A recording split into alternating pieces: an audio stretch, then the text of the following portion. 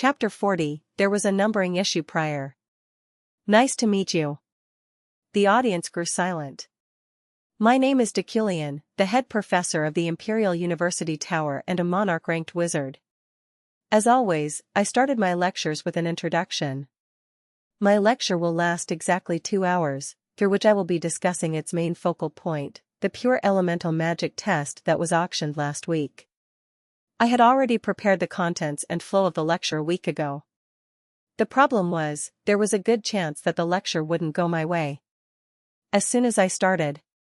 Kakik. The chairman's laugh irritated me. First, let me give you a brief description of pure elements before we look at the questions. I was planning on holding the lecture in the form of problem explanations, but I first outlined what I said in my previous class at the tower.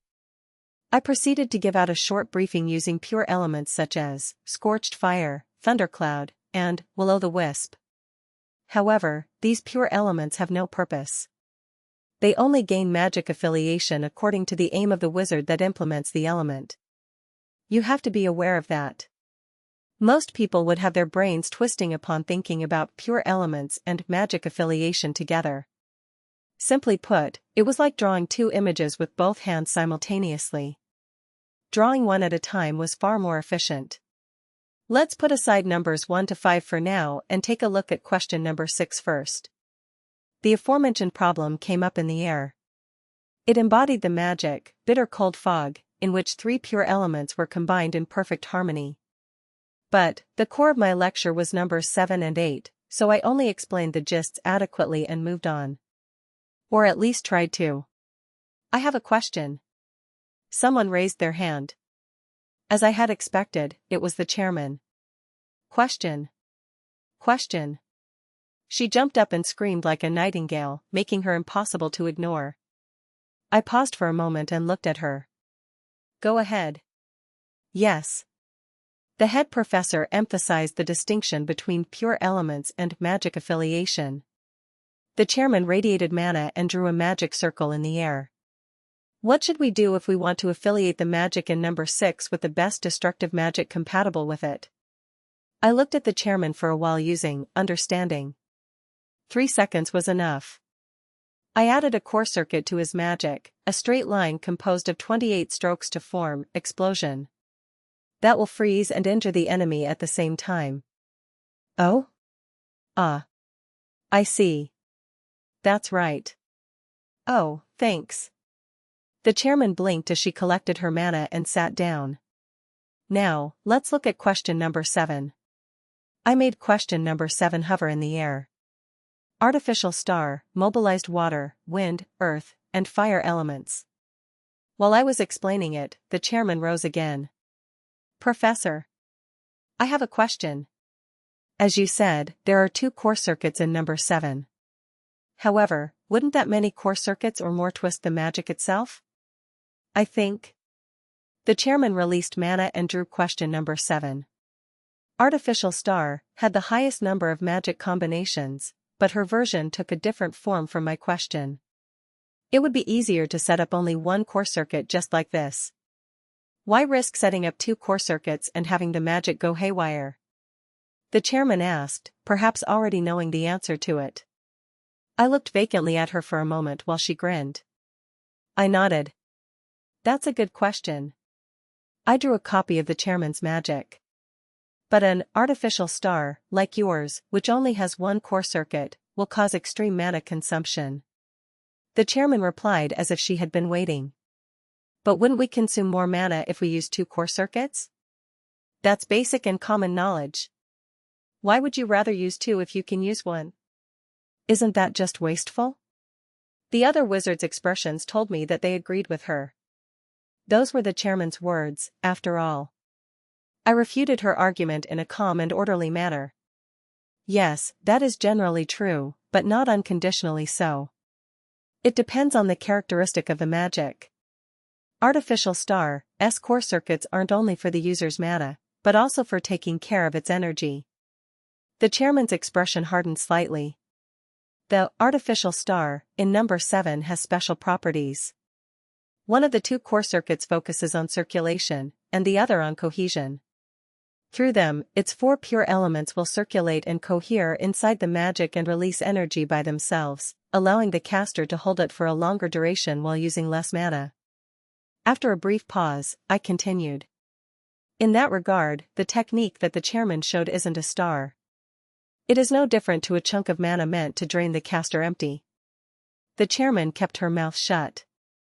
There was already a shadow on her grinning face. But I looked at the clock. The appointed time was 120 minutes, and 110 minutes had already passed. I've used up too much time answering questions. I will no longer do any explanation on question number 8. Everyone looked at the chairman, who then pouted without saying anything. I'll take a few more questions and wrap it up. At that moment, somewhere within the room, a cold voice rang. Did you think about question number 8 yourself? It was a blatant suspicion. Frowning, I looked over to where it was coming from and found a robed wizard staring at me. Please introduce yourself. I'm Luwina. Her name sounded familiar. I thought I knew who she was. Please be more specific with your question. It's as I said. Was question number 8 really your idea? Did you really write it yourself? I'm curious about that. Luwina was a wizard who gave quests that opposed Deculein. I wasn't certain, but he might have banished her from the tower and expelled her to the kingdom. She was a named character overflowing with hatred for him. Huh? No way.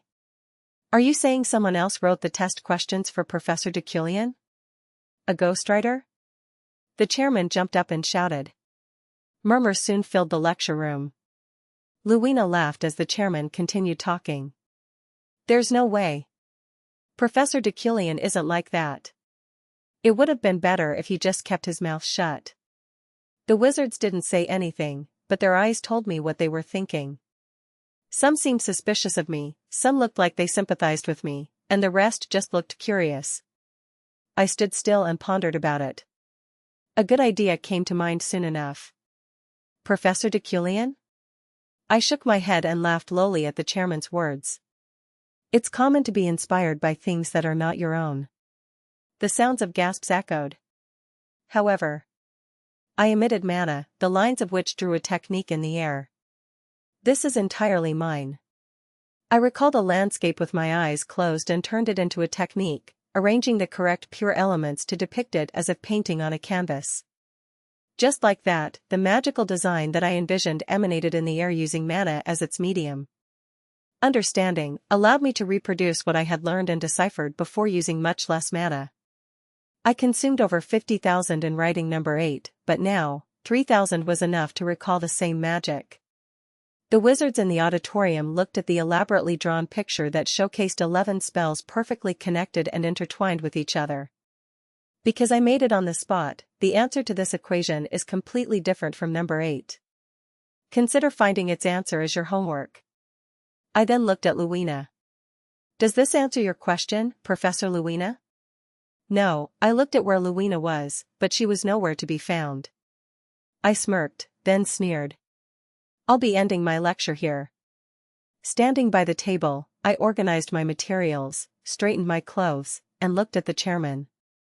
She looked bitter for some reason. Before long, some young wizards in the front seat approached me. It was uncommon for people to ask for an autograph from a wizard. Event quest completed.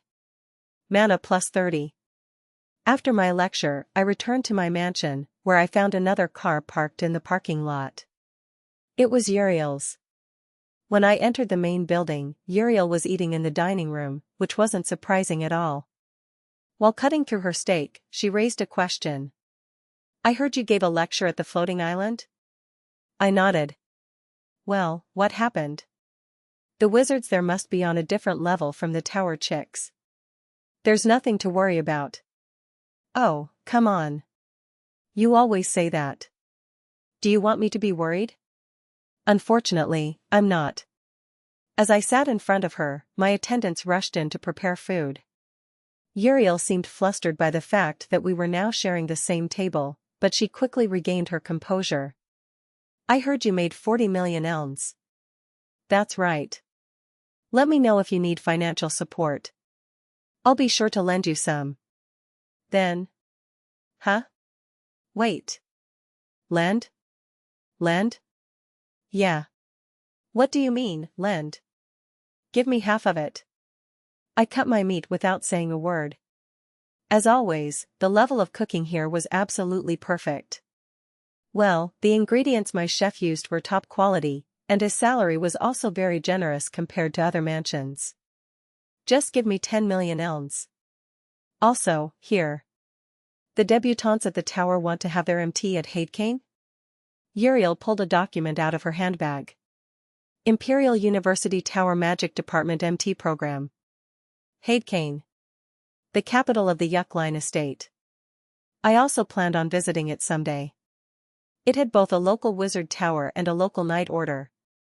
Moreover, not only was its climate perfect but it was also situated right next to the system. It was modeled after LA in the States and was one of the best places to live in. What do you think, Yeriel? Well, I'm fine with it. Not all of the debutantes will stay in the university tower for thousands of years anyway, and they might join our tower if they like the city. She was glancing at me while proudly saying those words. I nodded. Okay. Good. Yeriel returned the document in her handbag and picked up the knife again. Closely observing Yeriel, I spoke up. When using a knife. I won't eat here. It was almost an instinctive response. Yeriel ran away to her room with her plate, and I went to the library after finishing my meal. As soon as I sat on my desk, I took out the certificate of the tower's sponsorship, the subject of which was Ephraim Luna. The test this time was my original work, but Ephraim's father definitely gave me the inspiration for it. Drawing with elements. That idea was entirely his. Therefore, it was only right that a fraction of the 40 million elms I earned from it would be used to sponsor Ephraim and the Luna family. Luna of Juhali. According to the information I had about the Luna family, they had a tragic history. Their family was still surviving, but their old mansion had been auctioned off 13 years ago, and now only Ephraim and her grandparents were its members. I also wrote a letter to their family enclosed with 100,000 elms. My outfit today was dark blue. My cane, of course, neatly adjusted its color accordingly. Are you ready? Yeriel asked. Looking at her, I stretched my hand out to her, startling her and causing her to take a step back. What? Why? Stand still. As my hand got closer, she closed her eyes tightly. I then got rid of the wrinkles on her collar and sleeves. As a precaution, I also removed the dust on her clothes using psychokinesis. Now all tidied up, she expressed her dissatisfaction. That's a real disease. Follow me. I went outside. Roy was waiting in the parking, wearing a perfect fit for the clear blue skies of the summer. Soon enough, I got into the car with Yeriel. The enthronement would take place today at the Jafrane Square in the system. Yeriel, take this. I handed the sealed document to her. She frowned. What is this again? This is my prediction obtained inclination of the next emperor.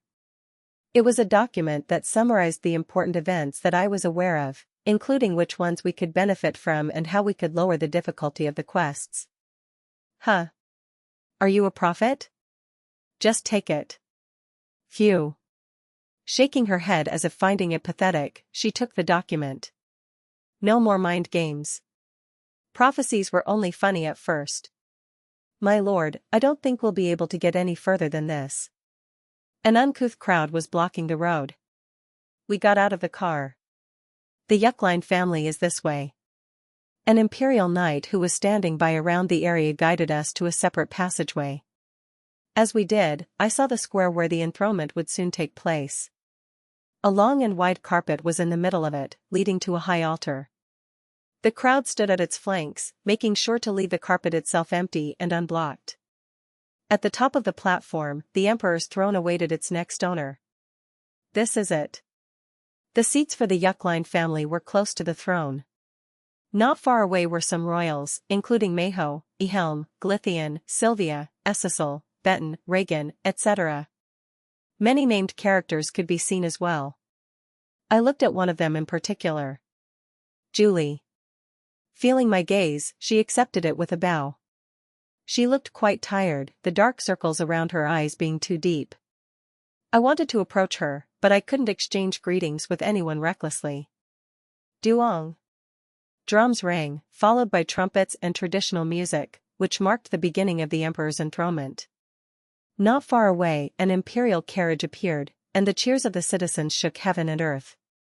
It stopped before the grand and fancy carpet, signaling the cheers and music to slowly fade as well. The carriage door opened from within, and finely stretched legs touched the ground not long after. Sofian Ekater Augustbon J. Gustgifrain. She had languidly sunken eyes, long flaming red hair, and the sharp features of the previous emperor. She was to become the new ruler of the empire. Sofian walked majestically on the emperor's road, with each of her steps commanding the people in the square to kneel and bow their heads. Before long, Sofian had climbed up the platform. Slowly, she drew nearer to her throne. Beside it was the late emperor's empress, her mother, waiting for her ascent. As Sofian knelt in front of the throne, the empress held back her tears and placed a golden crown on Sofian's head. Duong. Duong. Duong. The drums rang one after another. Now sitting on her throne, Sofian had become the emperor. Overlooking all of her people and now carrying the noblest title to ever exist, Sofian glanced at the world. She looked tired for some reason. I looked at the emperor. I knew the reason behind her fatigue. I knew her origins, her life, after all. She was. The emperor shifted her gaze towards me, and the moment our eyes met, I bowed my head immediately. However, I could still feel her staring at me. Chapter 41. The emperor's enthronement, from Sofian's point of view, was boring. She was expecting an attack like a great bombing or powerful magic barrage. Anything at all. However, nothing of the sort happened. Entering the emperor's quarters, she thought it would be saturated with the smell of a corpse or a sick person, but it was surprisingly clean and fragrant. However, since she was free, she returned to her office and took out a chessboard. Playing by herself, a high-ranking official and the ministers brought several documents to her presence. Sofian didn't respond at all. She just kept playing chess until they all went back. I saw the creator of the assignment that you gave me the other day. He seemed to know me. Is there anyone who doesn't know you, Your Majesty? Kairon answered. Of course, there would be no one in the continent who wouldn't know Sofian. That wasn't what she meant, though. His ego didn't waver even in front of royalty. Sofian looked directly into Deculein's eyes, but she couldn't decipher the emotions hiding behind them. It was hilarious. Is that so? He's funny. I felt like I was staring into another me. He had a solid and firm soul that was no different from his appearance. He was the kind of person to never waver, even with a knife aimed at his throat, making it evident that he was truly beyond the secular world. Have you finished your homework? Kairon changed the subject. I did. It was interesting, and I immediately understood why you gave it to me. The entire day, no, the quarter of a day I spent solving it felt rather new.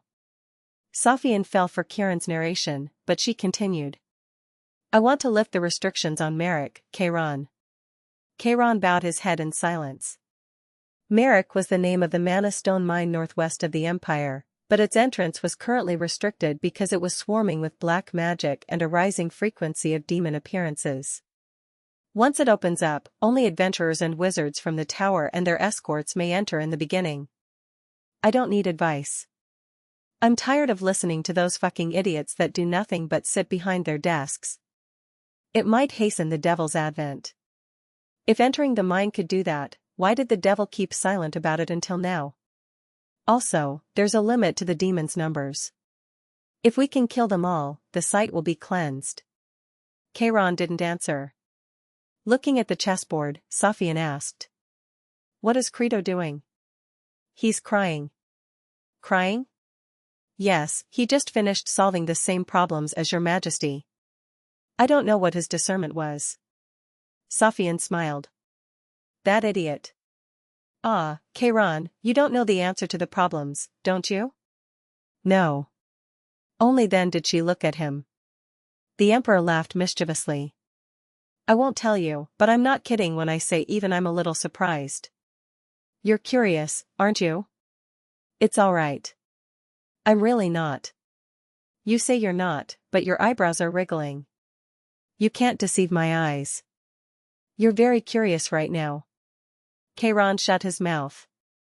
The very next moment, the atmosphere suddenly changed. Sophian raised her eyes sharply as if she was about to devour him. Don't you dare lie to my face ever again. I don't care if it's you. I won't tolerate anyone who pisses me off. The Emperor's terrifying pressure weighed down on his shoulders, causing him to bow his head. I'm sorry, Your Majesty. That's enough. Let's play some fucking chess. I'm tired of playing alone. I need an opponent even if beaten one-sidedly. Hadekain's desolate mountain. Ganesha sat on a rock and looked at Leo, and Carlos, the three children who crossed the archipelago. Some people on the continent are born with magical talent. Most certified adventurers are. She was in the middle of teaching them, but her students was concentrating with her eyes wide open. Leo was looking at animals moving at a distance, and Carlos was dozing off. For example, Ganesha picked up a long, dry branch to wake him up. Watch. Buong. She swung it lightly at an angle that allowed its drooping, weak edge to reach the ground. Tuuk. An earth-shaking roar thundered through their vicinity as an explosion occurred, sending a huge shockwave sweeping through the area. Wow. Oh. Leo and Carlos only focused then. What do you think? A crater could be seen on the part that Ganesha tapped. Leo was in a daze. That's amazing, Ganesha. It's nothing to admire, but I can use this light branch as an extension of my limbs. The strength of this stick in my fist is the same right now. A balance of mastery and titanium. For as long as it wasn't alive, every object in her hand gained the same properties as her body. But fighting with my bare hands is way more fun than using this. Either way, I mostly win. Anyway. Wizards call this harmony magic, and knights call it swordsmanship, but I don't know any magic or swordsmanship. Then, can we be like that too? Leo asked. He was a cute kid with blue hair, barely 140 centimeters tall. Ganesha grinned. You'll find out starting from now on. How? You're too noisy. Why are you jumping? Carlos, who was of a similar build, slapped Leo in the back of his head. F. Leo screamed as he glared at Carlos with teary eyes. Quiet. Didn't you guys come to the continent to change? Ganesha scolded them. Leo also stepped up and separated the two. Gasping, Leo soothed his anger with a sigh. In order to unlock your magical talents, you must prioritize training more than words. Everyone, follow me. Ganesha walked deeper into the mountains, then disappeared like a mirage, leaving only her footprints behind. The trio blinked in confusion. At that moment, Leo's foghorn was blown. Aren't you hungry, Leo? You're an idiot, so you're always hungry. Carlos nitpicked at Leo's complaints, who then flew into a rage. No, I'm not. Yes, you are. Stop saying weird things and follow me. Leo mediated with their bickering. Leo spoke. Carlos picked a fight first. You also hit me just now. You're being stupid. When? When did I? When did I? Don't copy me. Unable to take any more, Leo screamed, grabbing the ears of both relatives' younger brothers. If you two keep fighting, forget snacks. I won't even give you food. You won't be able to expect anything from me. The two kept their mouths shut, but their eyes kept blaming each other. Leo sighed loudly, accepting that she couldn't do anything about it. She wasn't a nanny. This is why I wanted to come alone. After calming down the two, she immediately ran after Ganesha's trail. Ah, Leo, I'm sorry. Sorry. Wait. Leo. Let's go together. Yulia. The two children, who belatedly understood the seriousness of the situation, hurriedly followed Yulia. Yukline mansion, separate building. Holding the pull-up bar with one hand, I pulled myself up. For 30 minutes. Boom. As soon as I landed, I started my second training session. Ertran's martial arts book, intermediate. I took a step with my fist outstretched, executing cheerful and astute footwork, just like in Ertran's textbook. A resilient move without any stammer. Then, after working out for a while, I held my cane this time. I had been trying to learn how to use it as a weapon. Of course, I wouldn't hit anyone with it unless I had no other option left.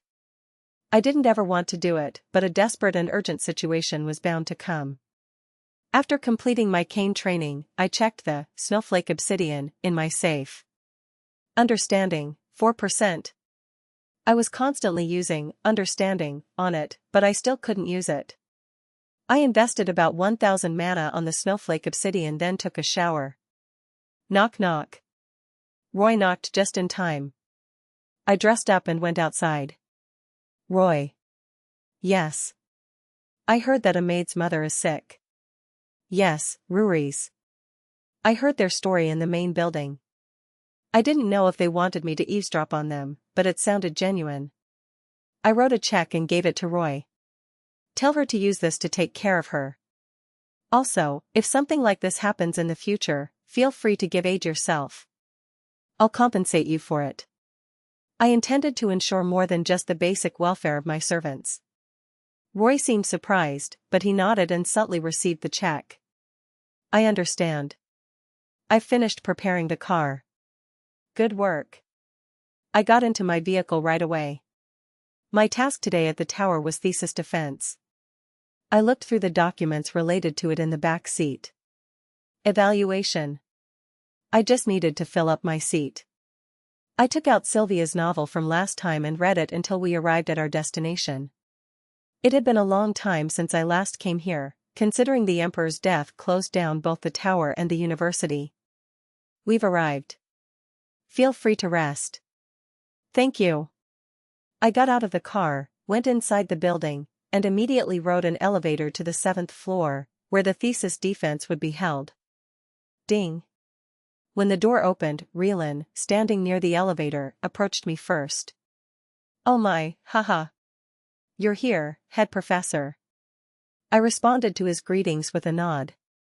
I wasn't very happy to see him, all because of his impure actions and motives as of late. He even thought about transferring Luina to replace me if the opportunity presented itself. Shall we go? Sure. Following Yeriel, I entered the hall, which was divided into 3 sections. The seats of the professors who would be evaluating the theses. The platform upon which the wizards would present and materialize their thesis at. The grandstand behind it. I sat in one of the seats reserved for professors. Since I was the head professor, I was given the best seat.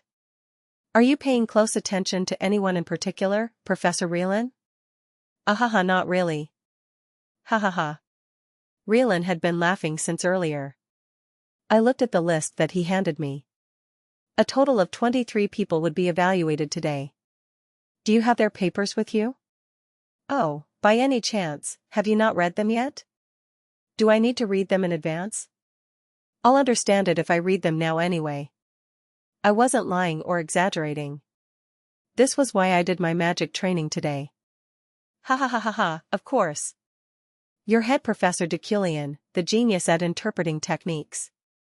Yeriel had an assistant professor bring the thesis papers. Here you go. I skimmed through the cluster of paper. I didn't teach anyone on the list anyway, so I intended to just sympathize with the professor's remarks. But a thesis paper caught my eye. No, it made me frown. Solda Drent, elemental magic and series that are expressed differently depending on the natural environment. Magic had a personality. Therefore, even if it was the same magic, its manifestation differed per user.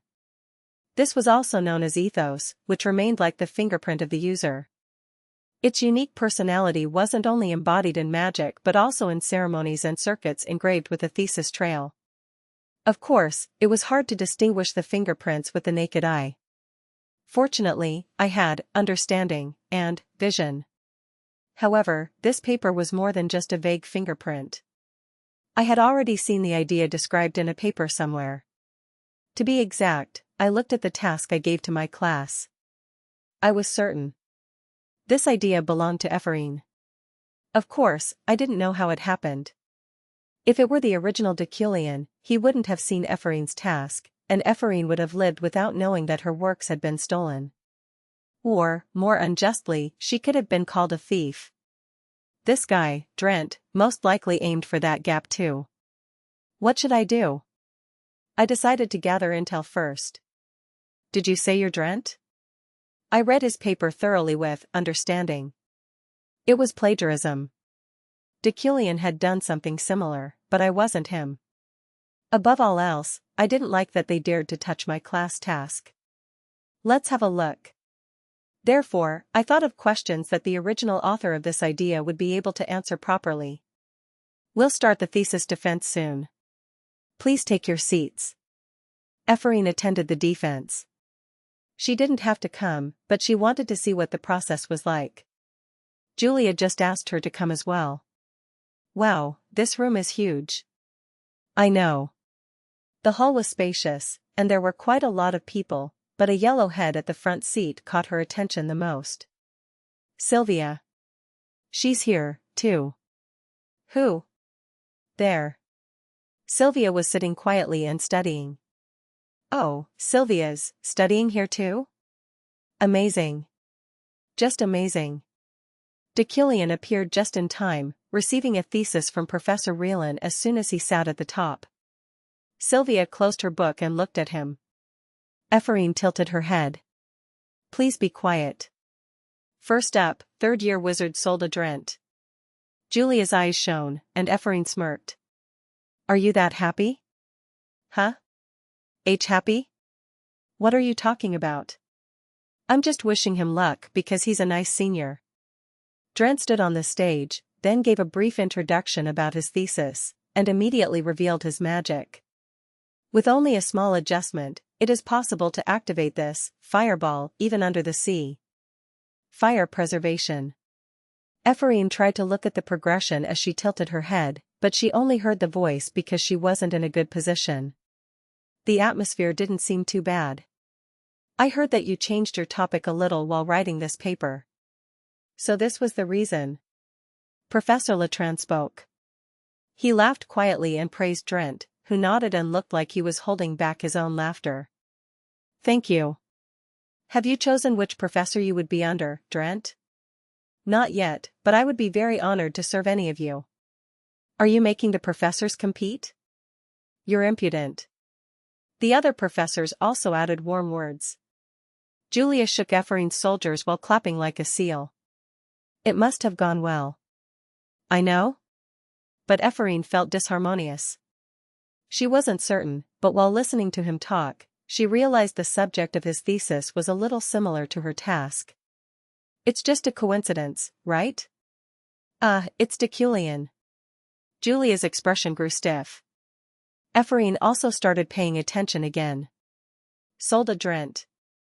Head Professor Deculein called out to the defense. Yes. Is the idea for this thesis yours? Deculein asked a simple question, and Drent nodded without a moment of hesitation. Yes. He glared at Drent silently, his eyes enveloped by an unusual aura.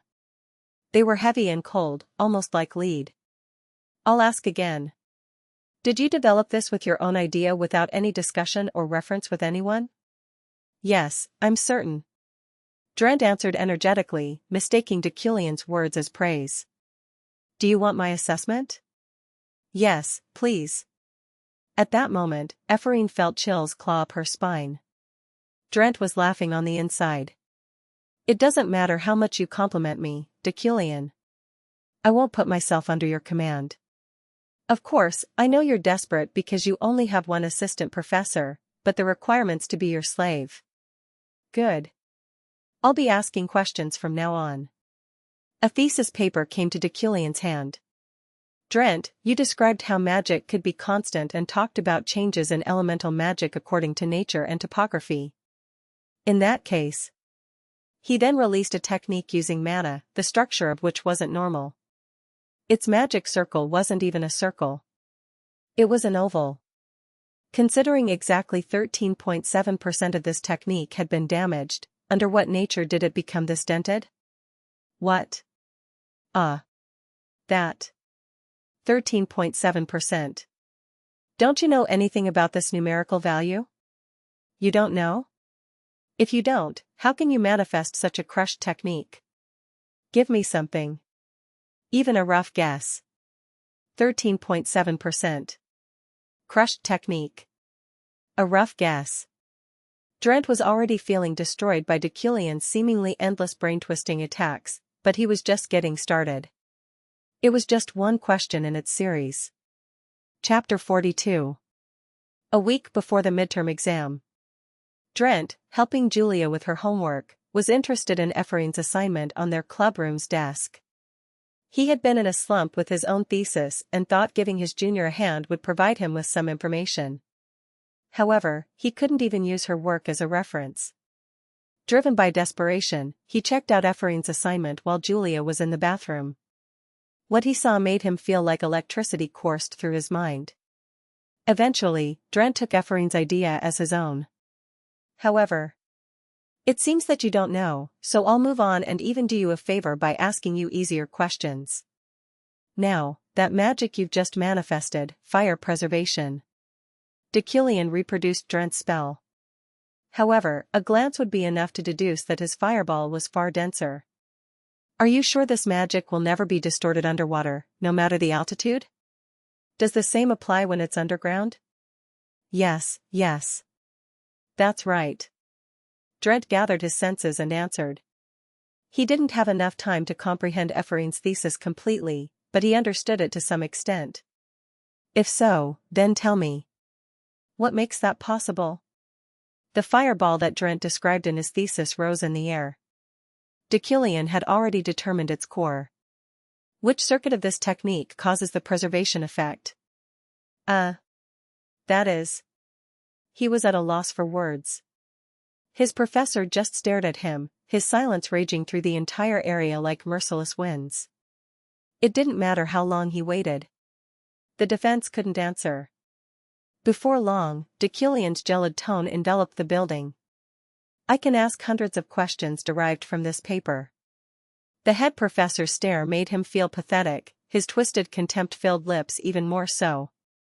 His next words just humiliated him further. But you can't even answer the easiest of them. Can you even call this your thesis at this rate? Drent clenched his teeth, feeling his anger surging from deep within him. As he was about to shout, Deculein continued, interrupting him. I'll finish my statement by leaving you with the worst bawling you'll ever do. He held the defense's paper in one hand. Try again. On your own. Schrrk. The paper caught on fire and was soon reduced to ashes as it fluttered, almost as if it was trying to break free. The scene caused a small commotion among the audience. Even Sylvia's eyes widened due to what she witnessed.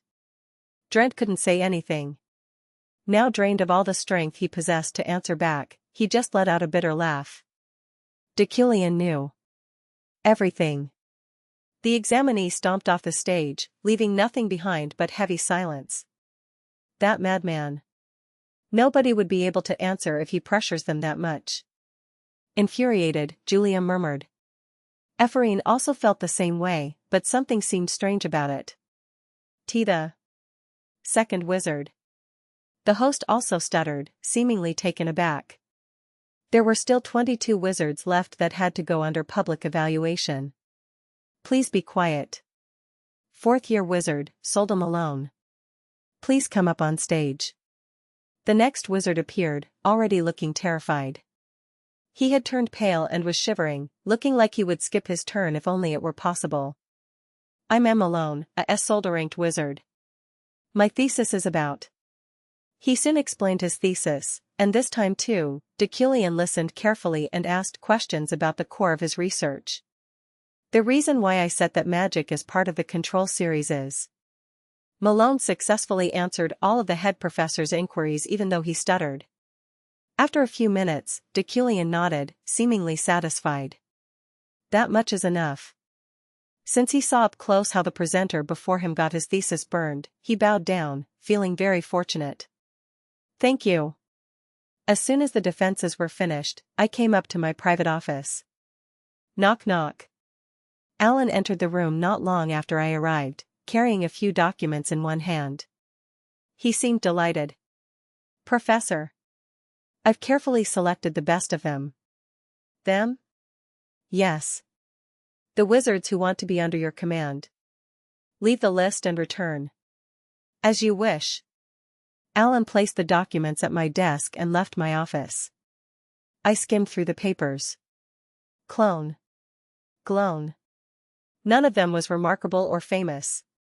On the contrary, they all wouldn't be able to keep studying here unless I took them under my wing. Should I use them as laborers? As I was about to put the list down. Wung. I felt a small vibration in me. It was the crystal marble. I imbued it with mana, establishing communication. I soon heard a voice coming from it. Are you there? Speak, my sister. Charlotte was silent, making me think she brooded for a moment. Huh. After letting out a heavy sigh, she spoke in a dry and chapped voice. We have to leave now. There's no time. I see. I took out a map right away. I had long since investigated all possible routes that they might take. Follow my directions. What do you mean? Cross the Krebas Canyon. Are you serious? Krebas Canyon was an abandoned road that wasn't owned by any country. It was also swarming with dark magic, making it extremely perilous. It was no different than charging headfirst against the world's greatest horrors, but it was Charlotte's only way out. It's a shortcut to the Principality of Urin. No one owns it, so it won't cause diplomatic conflict with Ryok. I know. I've considered it, but I will be guiding you myself. The Krebas Canyon wasn't far from Hadekain. It would only take about 3 to 4 hours to reach by horse. I had the last say on where the wizard's MT would be held, so if I set up MT to overlap with the day Charlotte and Princess Mayho would return to their kingdom, I'd be able to safely cover the whole distance without wasting time.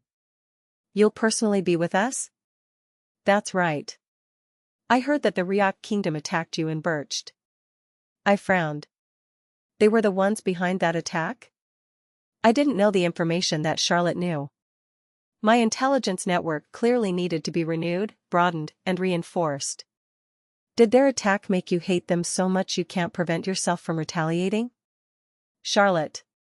What? I'm an extremely political person. Moreover, when it comes to matters involving intelligence or discernment, you know I'm far better than you. What did you just say to me, you stuck up? I want your princess to live and bring my family's and my estate's profits. I'm not doing you a favor. This is a business agreement. Why are you involving your personal feelings? Are you that foolish? Charlotte's prying tone irritated me. I wasn't sure if it was a good answer, but at least she replied in a more assured voice. I understand. If you do carry out your duty to the princess successfully, we'll do you any favor. It's a deal, then. Where will we meet you? At the entrance of Krebas? Yeah. If you can't even make it there, then there's no point since you won't be able to survive the journey that would follow. All right. I hope your skills are as sharp as your words.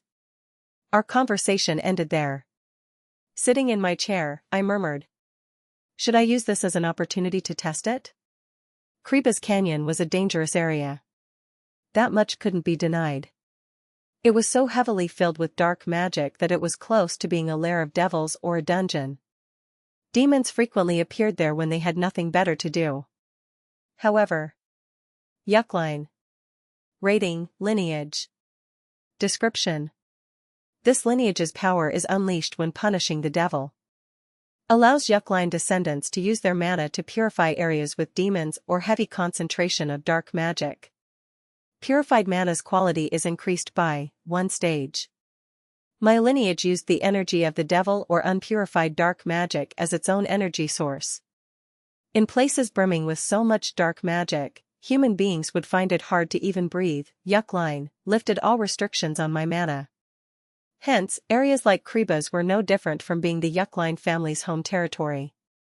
I even precisely remember its route. That made my decision to take the canyon path even more solidified. I cleared it like this in the game as well. Perhaps Charlotte already had Kriba's in the back of her mind. Knock knock. The door opened immediately. To my surprise, Zeit appeared, pushing his huge body through the doorway. Professor Deculein. Lord Zeit. What brings you here? Let's have dinner tonight. He grinned. I looked at the clock. 3 p.m. It was a bit too early for dinner. I should definitely arrange a meal once a month.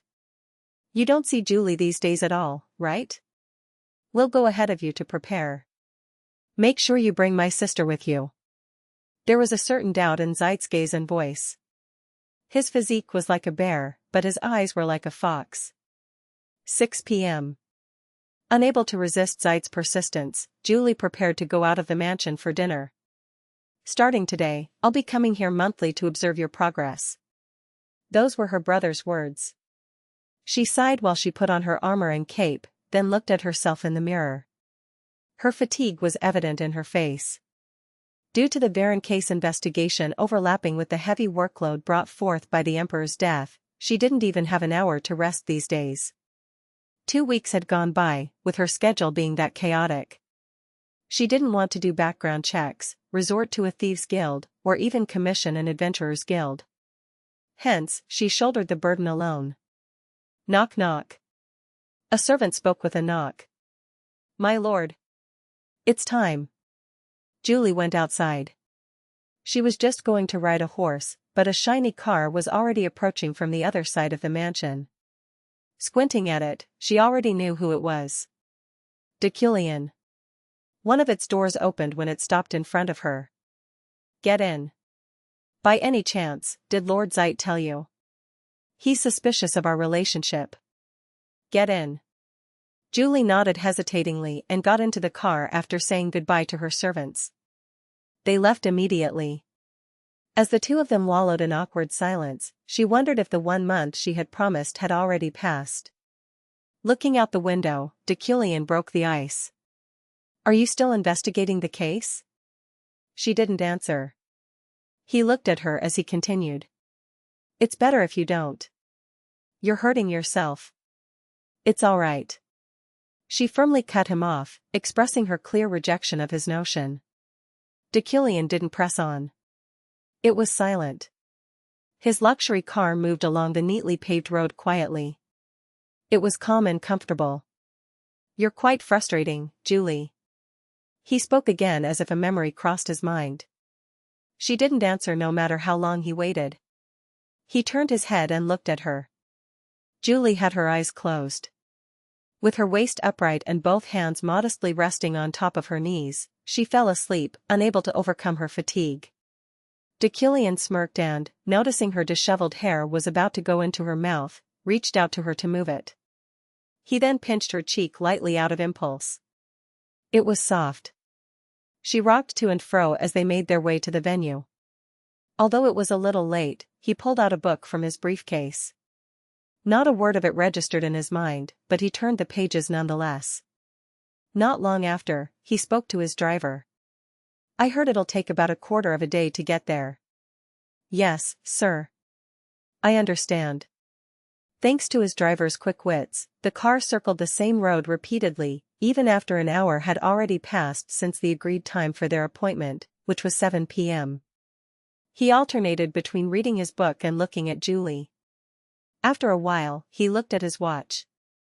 9 p.m. Time's pace today was surprisingly fast, almost as if it was missing a few of its fragments. MMH. It was already 10 p.m. when Julie woke up from her sleep. Looking around with her eyes still droopy, she was soon startled by the view outside the car window, causing her to jump up like a spring. Oh, you're up. It's dark. It's already late. Deculein explained the situation as she clung to the window. He pulled out his pocket watch, and the car stopped at the same time. His driver then went out as if there was something wrong with his vehicle. It's 10:30. Our dinner appointment had probably ended a long time ago, making that event the first promise I've ever broken. Why, didn't you wake me up? It's better to be absent together than to attend an awkward dinner anyway. This will also erase their suspicions far more effectively. Julie blushed as she realized what he meant.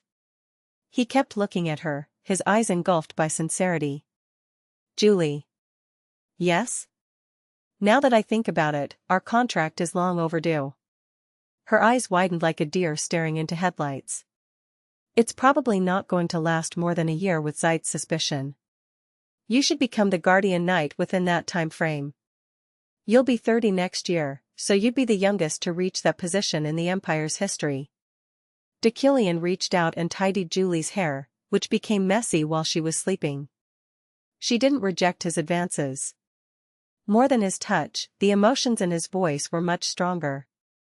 If you can't become the guardian knight within that time, we might have to get married after all. So, don't get stuck in one place. She met his eyes without saying a word, taking her time to think about her words. Soon enough, she asked the question she was dubious about. Why? Why are you showing me how you feel? There are more beautiful women out there than me. There are ladies out there who not only know how to use swords but are also beautiful, non-suffocating, and flexible, unlike me. He looked out the window, causing moonlight to fill his blue eyes. Julie. His voice sounded serene and uplifting. I absolutely loathe nonsensical concepts like fate, destiny, and horoscopes.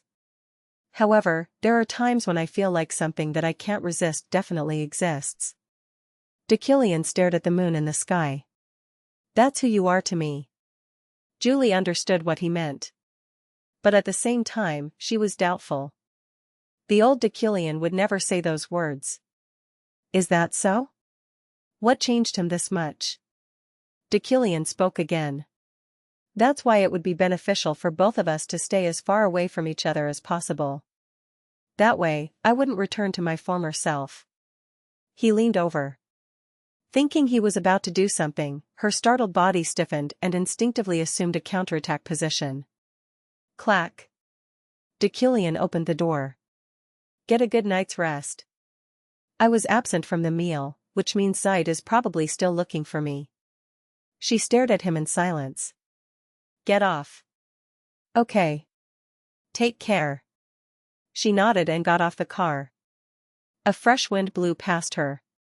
She didn't know how much she had slept, but the world had become darker and her heart calmer. She was dropped near their mansion. Ah, are you finished? The driver went back in the car, and they departed soon after. Julie looked at Deculein through the rearview mirror for a moment before going home. Ah, my lord, you're here. The servants in the living room greeted her. She replied with a faint smile. I'm quite hungry. Can you prepare dinner? Ah, yes. Of course. The servants moved busily. It was the first time in almost 2 weeks that she had asked for a meal at the mansion, so they did everything they could to cook the best meal for her. Julie ate delicious food and slept well that night. After so long, she finally managed to lay down on her bed without thinking about work. His words kept popping up in her mind, though. However, there are times when I feel like something that I can't resist definitely exists.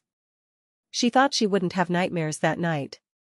Should we keep going a little further? Roy asked. I shook my head. Let's head home.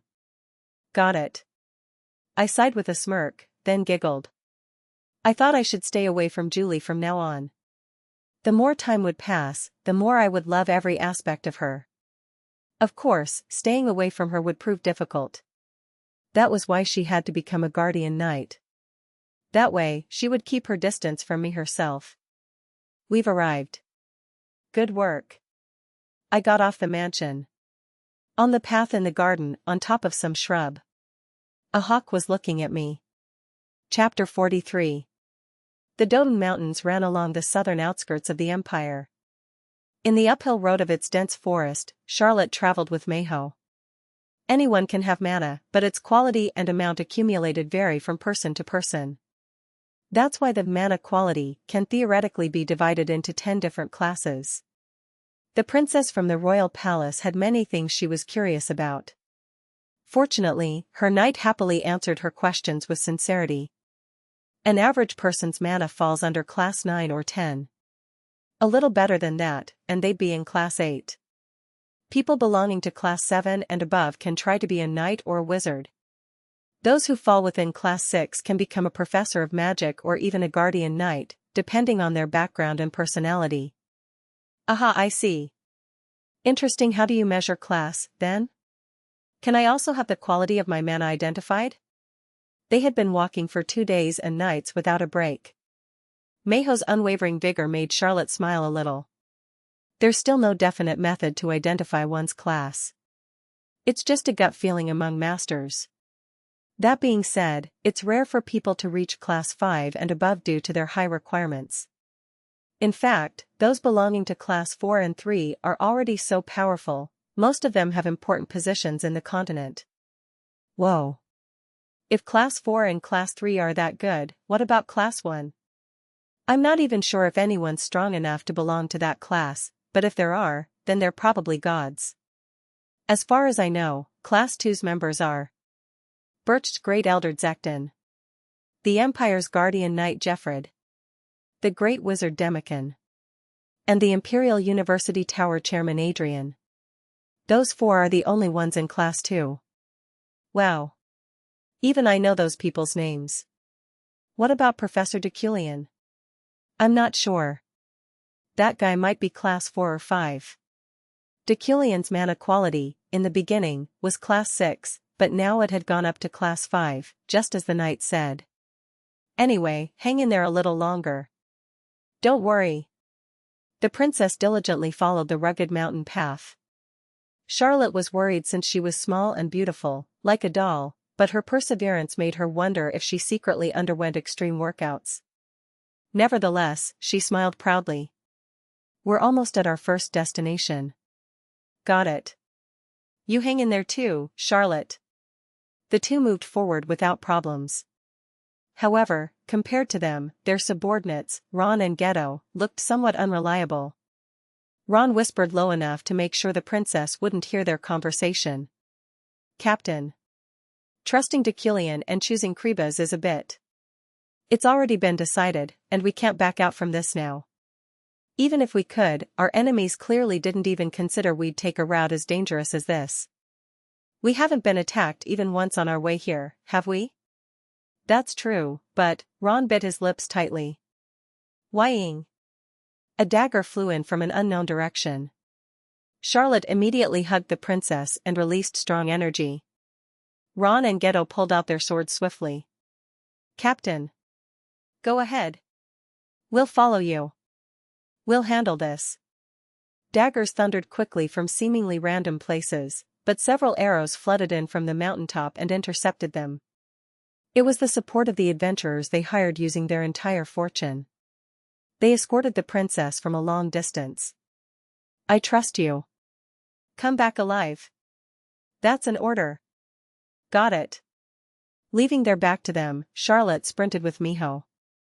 Hadekain, a city where affluent minds and colorful cultures coexisted. With its mild climate all year round, the Yukline capital was known for being an entertainment spot and a food hub. Recently, the magic department had chosen it as the location of the debutante's MT.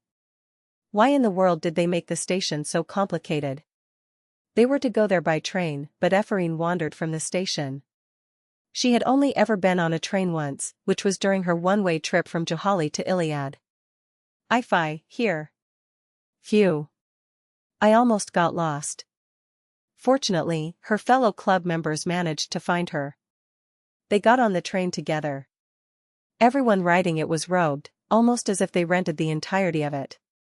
Wow, we're all really going to Hadekain on an MT. I know.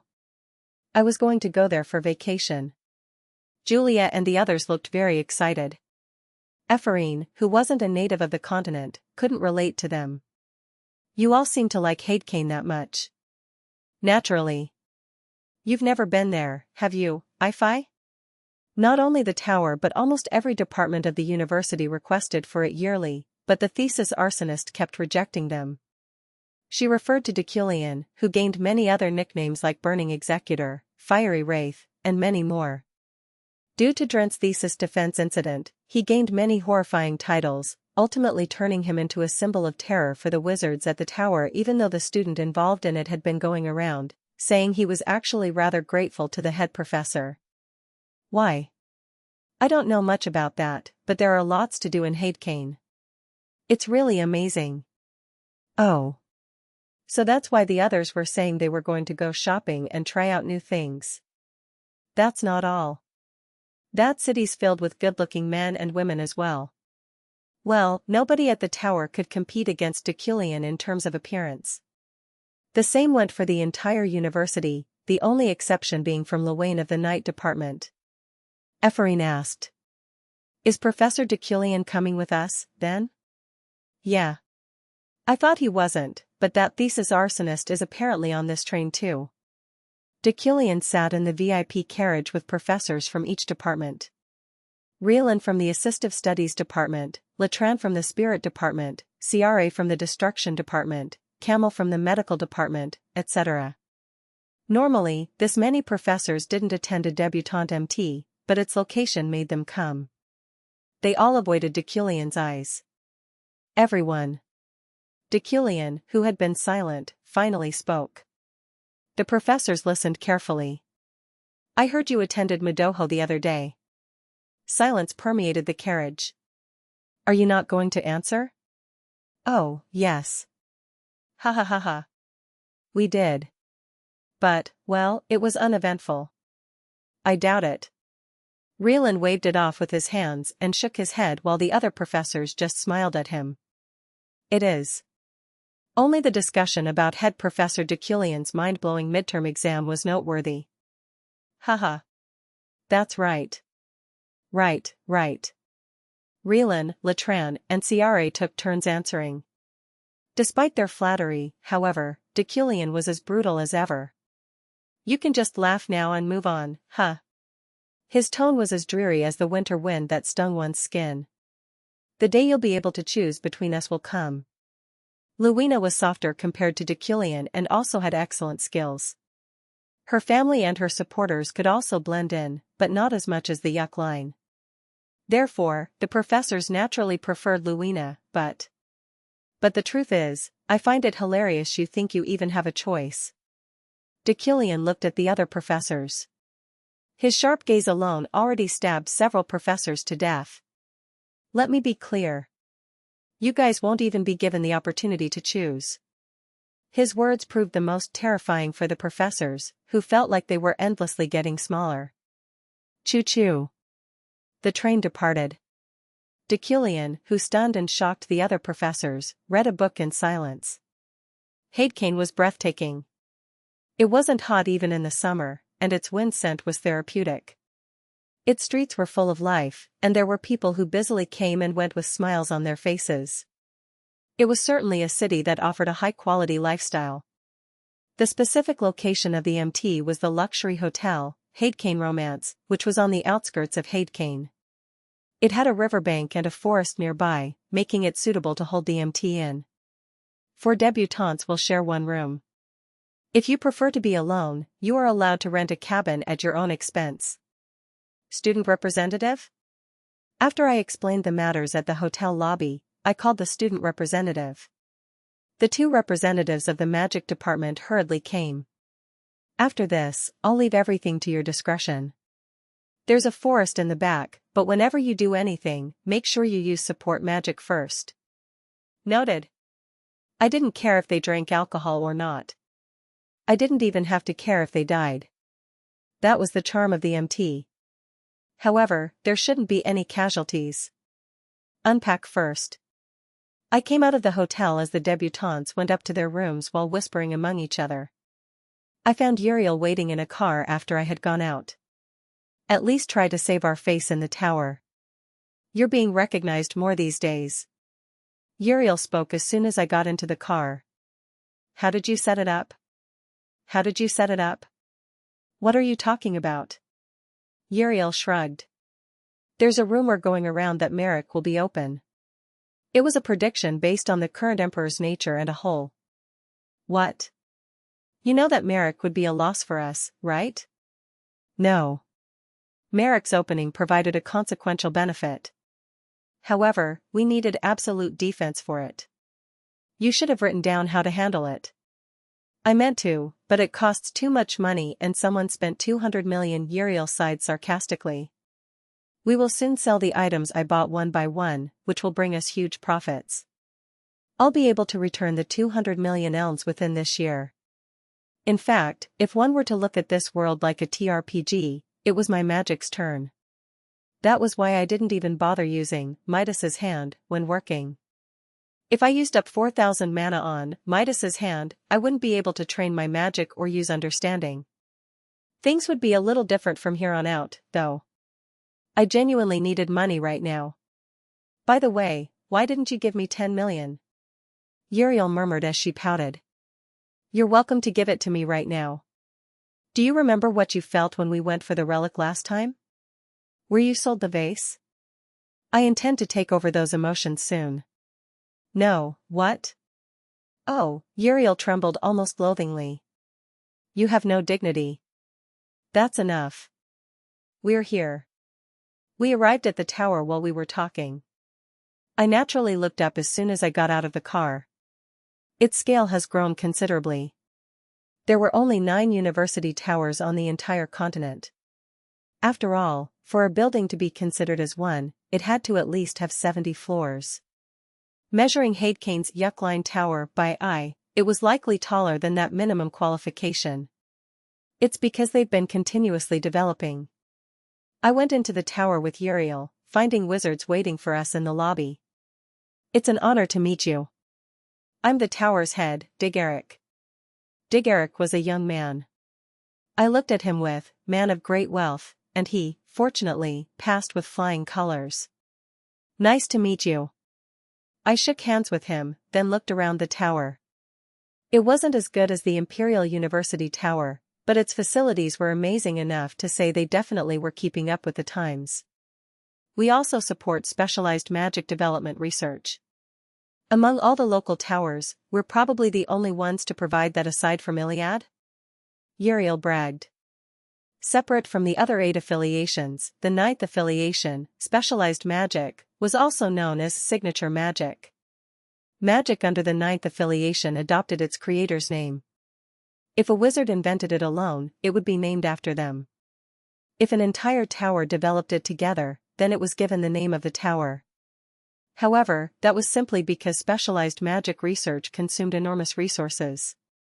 Magic only required a wizard's brain to be conceptualized, but experimenting and perfecting it required a lot of mana stones, considering one would need to determine which series would suit it the most, all the faults it had, and all the effects it might apply to both the user and the target.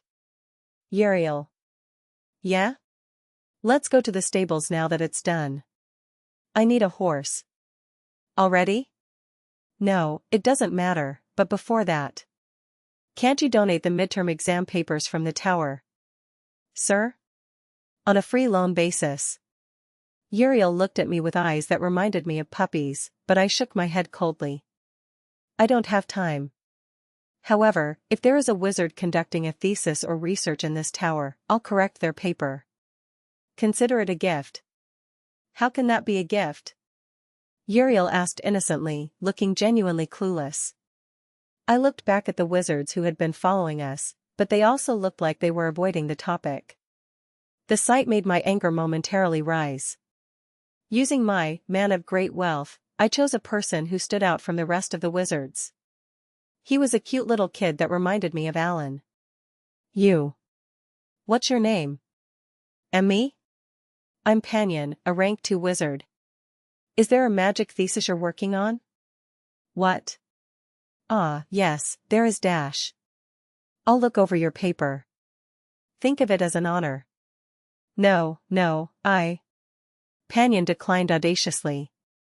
He was about to cry, so I let him off the hook. I came to the horse stables in the meadow behind the Yukline estate, finding a lot of excellent horses stomping on the grass. They seemed to be grazing. In the past, fostering horses was a big business, but cars have developed a lot these days. Still, I really like our stallions.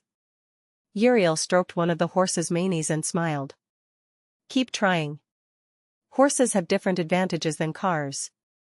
Horses, which could be used in dungeons and mines as long as they were equipped, would soon become highly sought after again. I know. I'm having fun raising these guys. It's not as much as before, but it's still fairly beneficial for us. Tap tap. Yeriel patted the horse's back a few times and looked at her watch.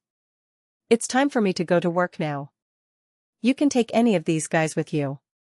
Yeriel. I grabbed her as she was about to leave. I took out a luxurious box and handed it to her. It's a gift. It contained high-end gloves. Yeriel, blinking vacantly, received the gift with a weirdly distorted expression. What kind of trade is this? Ah, a trade? Yeah, this is definitely a trade. Well, horses are a lot more expensive, but it's fine. I accept this deal. Yeriel was muttering to herself and went straight to the residence. For some reason, she seemed to be in a hurry. I soon strolled through the meadow and searched for a horse that wasn't too old and not too young. According to my man of great wealth, the red horse with a soft mane and glossy skin stood out among the herd. I approached him right away and hopped on his back. I had never ridden a horse before, but I felt strangely used to it. This was the effect of Deculein's personality. Clack clack clack clack. After riding him for a few moments, I thought he was perfect. I prepared Midas's hand. Of course, horses weren't items. They were alive. However, Midas's hand had a characteristic that used the user's mana to unlock the potential of the target, which could be alive or an inanimate object. Of course, it didn't apply to humans, but horses were treated as items in the game system, so maybe. I used Midas's hand. The blue energy from my fingertips enveloped the horse. Whining. He burbled for a moment as he raised his front hooves, forcing me to hold on to him to prevent myself from falling off his back. Yukline's red horse. Description: a high-class horse who grew up eating only good things. Midas's hand upgraded its overall physical ability and unlocked its potential. Category: Pet superset of ride. Pet characteristics. Dash. Breathing. Asterisk name setting is possible. Midas's hand 4. As expected. Honestly, this much was only natural. It would be weirder if it weren't. Nodding satisfactorily, I named the horse Red Horse. It just so happened that his skin was red, which made the name suit him even more. That aside, I was ready now. I would move tomorrow at 3 a.m. There was still a lot of time left until then, so I steered him to practice horseback riding. Giddy up! I shouted and pulled on his reins just as I had seen in historical dramas, and the horse ran with great speed and momentum. For a moment, my body leaned back and almost fell off. Hying. Chapter 44. Returning to the Lord's residence, Yeriel took out her childhood diary. Covered in dust and stored in an old drawer, it contained memories from a long time ago. I didn't get scolded when I ate breakfast today, so my brother talked to me. I was happy the entire day because of that. I dropped my knife while eating dinner. My brother looked at me as if I were pathetic, which made me feel sad. It was my fault. Now, even if my brother doesn't scold me, I have to make sure I can do better on my own. I will try to do tomorrow what I couldn't do today. I have to work hard. My brother doesn't like it when I cry, but I did anyway when I shouldn't. Why couldn't I hold it back? Idiot. She closed her diary as she could no longer bear reading it. Why was I so weak at that time? Why the hell did I act like an idiot? Yeriel sighed and looked at the gloves on the corner of the desk. It was a luxury item that Deculein gave as a gift. Gift, my ass. Yeriel swore. She couldn't even remember the past when she longed for love.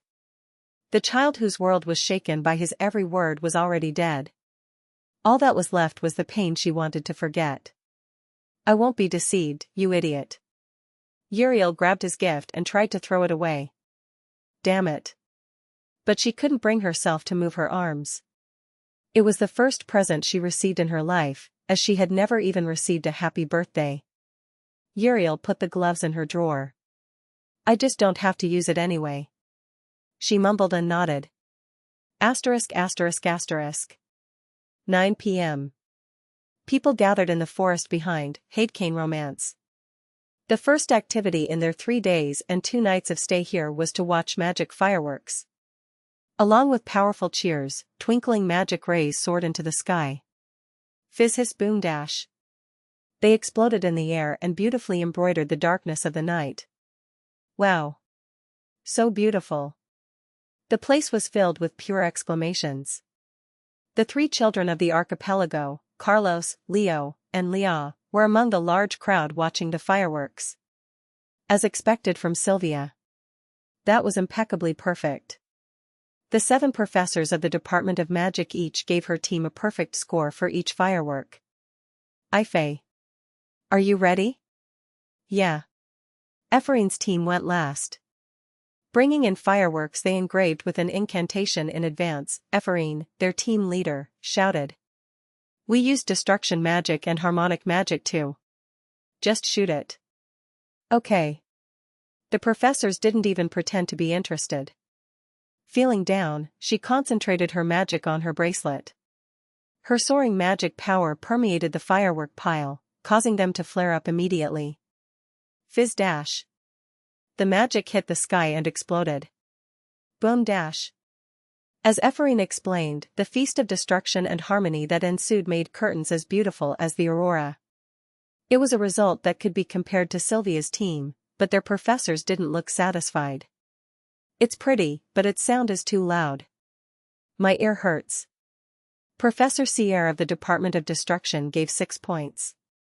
Latran from the Spirit Department gave 4 points. I mean, why? Julia demanded an explanation, but they just stared at her silently. She pouted and went back. It's okay. Ephraim comforted Julia. She expected that much anyway. The professors hated the Commoners Club. However, 10 points. They found the perfect balance between destruction magic and harmonic magic. They received a perfect score out of nowhere. Deculein. Surprised, Julia asked. What? 10 points? As Deculein nodded, the professors slowly glanced at each other.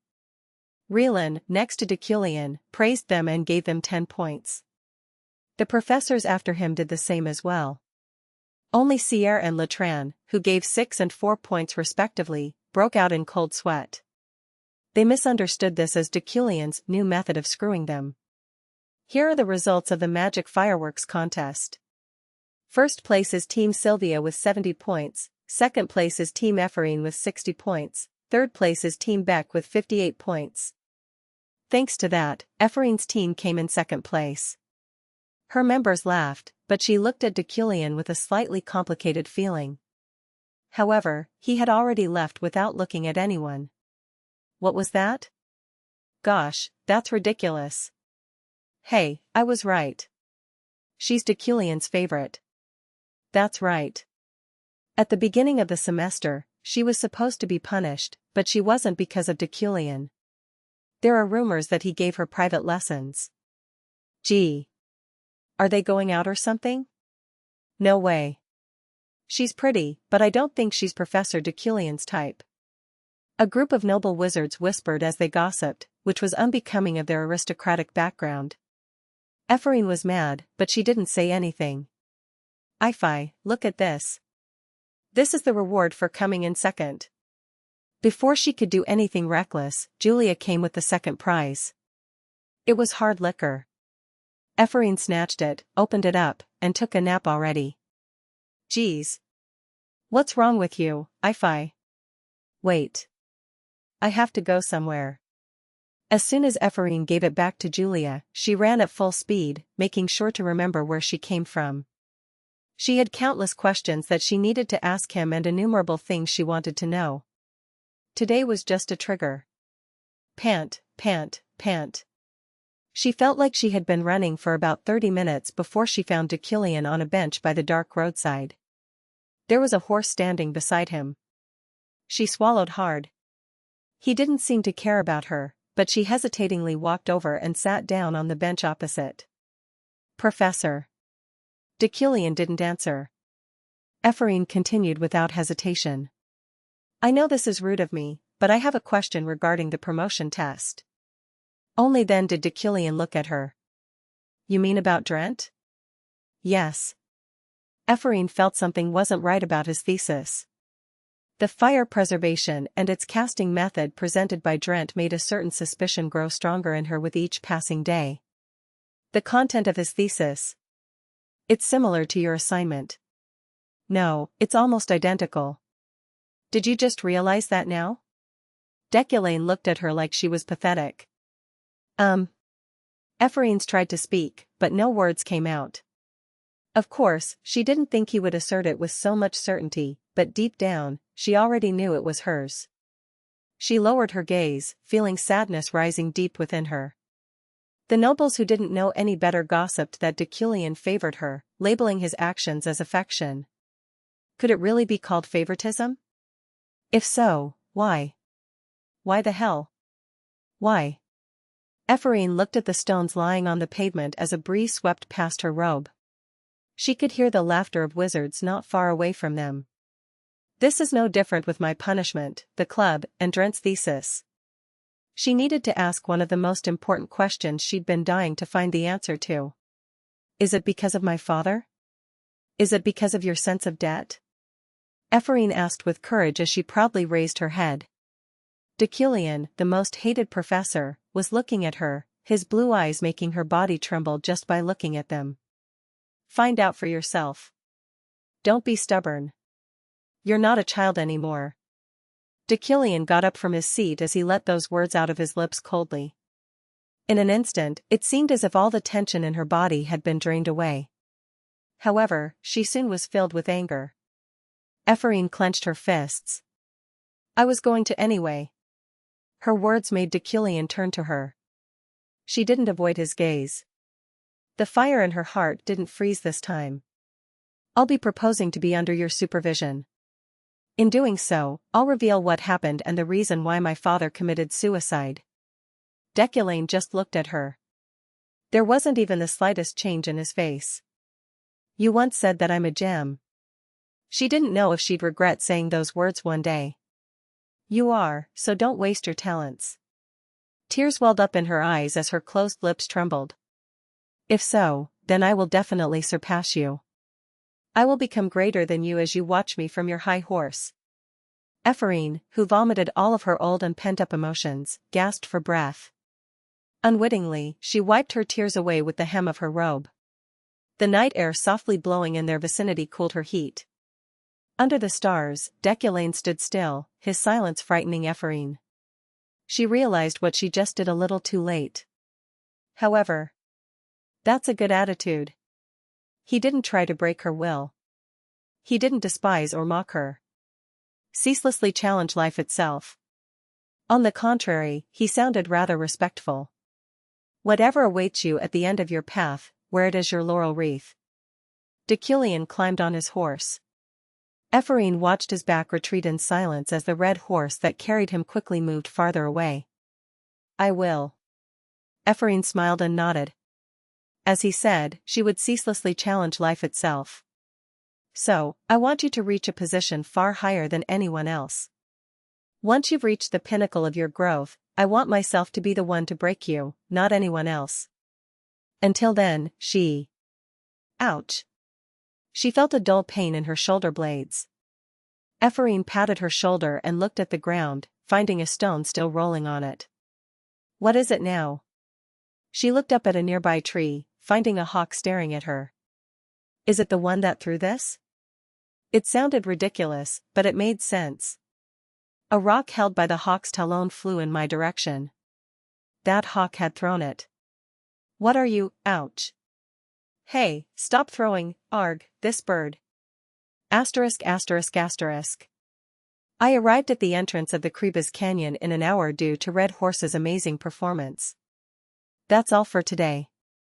Return to the stables, and come back at noon. I sent Red Horse back. I didn't know if he'd listen to my orders or not, but there was no sign of fatigue in his movements.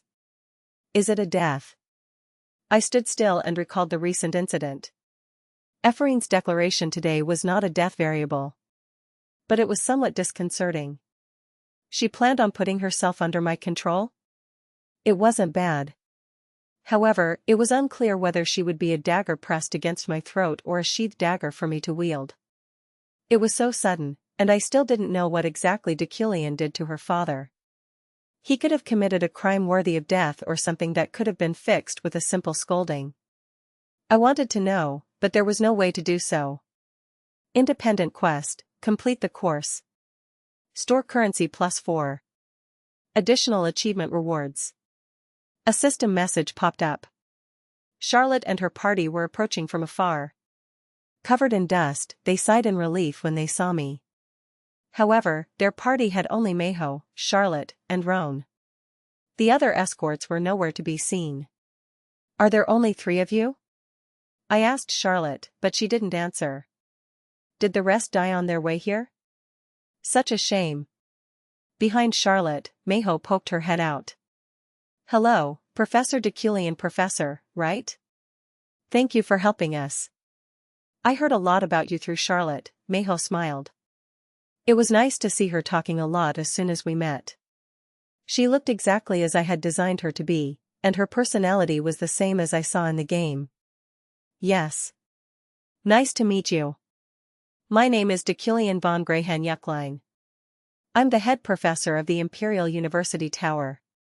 Wow, you're the head professor. That's impressive. You must be great at magic. I just smiled at her in reply before turning my attention towards Charlotte, whose expression remained dark. Take it. It's a note from the adventure team. Charlotte held out a piece of paper. About 37 murderers and a denant are chasing you. Denant. As soon as I saw the word, I frowned, an instinctive disgust surging within me. The Ryok family has become far too corrupted. I know, right? Denant was a subspecies of half-ghosts and demons. It looked and spoke like a human, and it even had human-level intelligence. However, everything else about them was no different from a demon. Denants were also more disgusting than demons because they were the products of a contract. A demon summoned magic performed by the dark wizards of the ashes. Monsters that could only be summoned by mixing a human body with intact limbs and demon horns were difficult to defeat physically and magically. Are you all right? Charlotte asked. I'm fine. The odds were in my favor. After all, once we had entered the canyon, my mana quality would be upgraded to Class 4, and my mana recovery speed would overwhelm my consumption of it. My magic power and overall output would also be amplified. Even more, since denants were demon type, I'd be able to thoroughly rip them apart. Princess Mayho. Yes? Yes, yes? I put my briefcase down on the road. As the bag opened, 15 wooden steel bags emerged in the air. Her eyes widened as she witnessed it. From now on, this steel will escort you. Wow. Charlotte muttered, that's the perfect magic for escorts. She pulled out a mining gas mask. You don't need it? I brought 4 of these. I shook my head. Asterisk asterisk asterisk.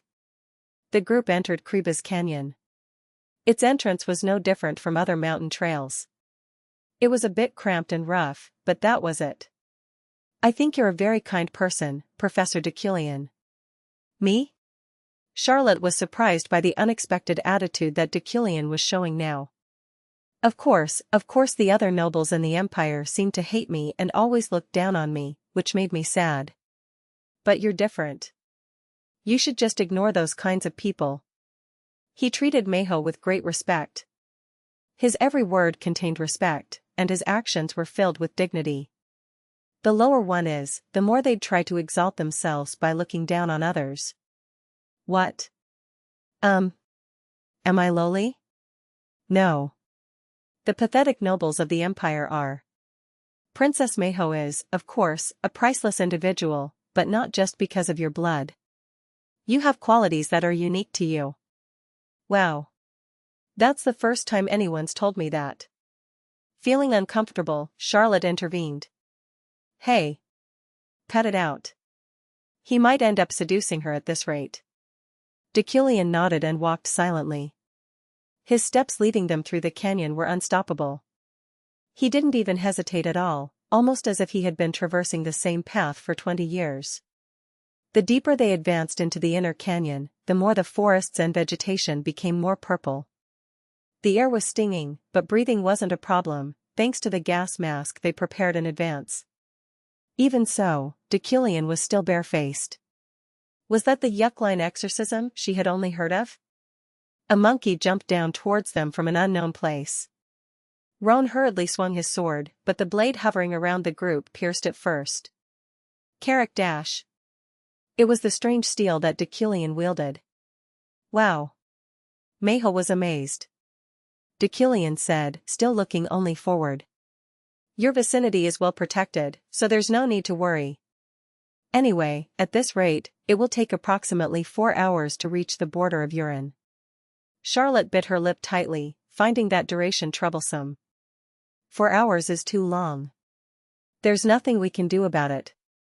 If we run, we might become addicted to magic. What about the Deculein? No worries. I'll slay it. You? Yes. Charlotte shook her head. If it appeared, she was willing to sacrifice herself. No. Shut up. What? Deculein's voice changed in an instant. Flap, flap. A swarm of bats soon appeared. There were hundreds of them, but Deculein's cherished item moved gracefully and penetrated them all. The swarm of bats fell against the might of his raging steel before they could even launch an attack against them. That's awesome. What kind of magic is this? Professor, Meiho spoke to Deculein while he had his back against her. Deculein replied softly. Princess. Yes. Shut up and wait. Oh, okay. Startled, Meiho pretended to lock the zipper of her mouth. Her lips kept moving, but no sound came out. I shut my mouth, I'm listening to you. Fuiwiu.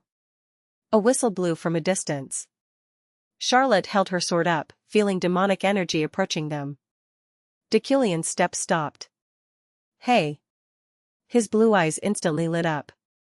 His fearlessly distorted expression seemed to have managed to contain his anger. Charlotte was far more terrified of him. Fuiwiu. The whistling sound slowly neared them. Tap, tap, tap, tap, tap. Light footsteps could be heard echoing as well. Whoosh. As the tree branches swayed, Charlotte embraced Meiho and surrounded herself with a steel shield. Let me tell you this now. Deculein calmly gave their opponents a warning. The moment you approach, your limbs will disintegrate. The other side didn't retreat, however. Rather, they showed a multitude of provocations as if ridiculing Deculein. At that very moment, a rupture of steel tore through the atmosphere, vibrating dozens of times per second and racing through the area at a speed normal human eyes could no longer perceive. Their entire vicinity was devastated as if a bomb landed and exploded. The shock waves caused by his psychokinesis's sheer speed alone caused the canyon to be overturned and all sorts of things to spring up: blood, flesh, innards. Chapter 45. Right before Charlotte's eyes, the murderers burst into fragments as Deculein's steel rotated more than tens of times per second, crushing the area and flinging human flesh around. The result was as disastrous as it could get. Charlotte covered Meiho's eyes with her hand and grabbed her close when she tried to lean away from it. Come on, why? You shouldn't see this, princess. The situation was still dire. Some of their enemies escaped from his onslaught safely, and the Deculein, the most dangerous of them all, hadn't even appeared yet. Charlotte raised her sword even though holding it alone caused pain in her right shoulder due to an injury she hid from the princess. "Charlotte," Deculein called. He had been watching them, clutching his cane. "Leave with the princess. I'll follow. If you stay here too long, the princess will also be put in danger. Do you think you can handle them alone?" "Leave." Charlotte hesitated but eventually nodded. They weren't in a situation where she could insist on fighting together. She lifted Mayho as one of her subordinates caught up with them, who was supposed to act as their escort. "Captain. Allow me to stay behind and help the professor," Roan proposed. "Okay." As Charlotte turned around with Mayho, she finally clearly felt the demonic energies rise. Not far away from them, the Deculein slowly made its appearance. Although in human form, its silhouette was faint like the sunset. And ghosts that fused. What made it difficult to fight was its solid physique imbued with liquid properties. Charlotte ran, leaving the Deculein behind while controlling her speed at the same time. If she were too fast, she'd risk turning the princess into an addict to dark magic. "Phew." The Deculein whistled teasingly. "How far can those two women run?" Deculein forcibly tightened his reason. From the bottom of his consciousness, instinctive hatred and contempt abounded, but it was tolerable. "You'll never be able to kill my vessel with your non-magical steel." The demon laughingly mocked him, its tone sounding hoarse as if its throat had been scorched. "Well, it isn't like magic can kill me either." As it said, ordinary steel didn't work against it. Momentaneous magic couldn't extinguish liquid-like or gas-like beings. Attempting to do so would be no different from trying to cut or burn air. To get rid of it, one's mana quality had to be extremely high. They would also need to take into consideration the canyon they were in, which would force huge amounts of mana to scatter due to the dark magic's concentration. The Deculein knew and took advantage of that fact excellently. Deculein closed his eyes. He devised the wood steel's path based on his mana amplification and recovery speed, planning how he'd tear his opponent apart down to the very last detail. His prediction and estimation of the battle went as far as 30 minutes into the future. Hooing. Rockaloc's Yukline cane began to heat up as he filled it with his mana, his blood in it seemingly making it as furious as he was. Eventually, Deculein opened his eyes, which now gleamed blue. The Deculein still stood on the other side of the battlefield. He drew an imaginary line on the road not far away from him, which would trigger the steel swarm to faithfully carry out his concept and design. Thud. The Deculein took one step, and Roan's hands immediately became damp with sweat. Thud.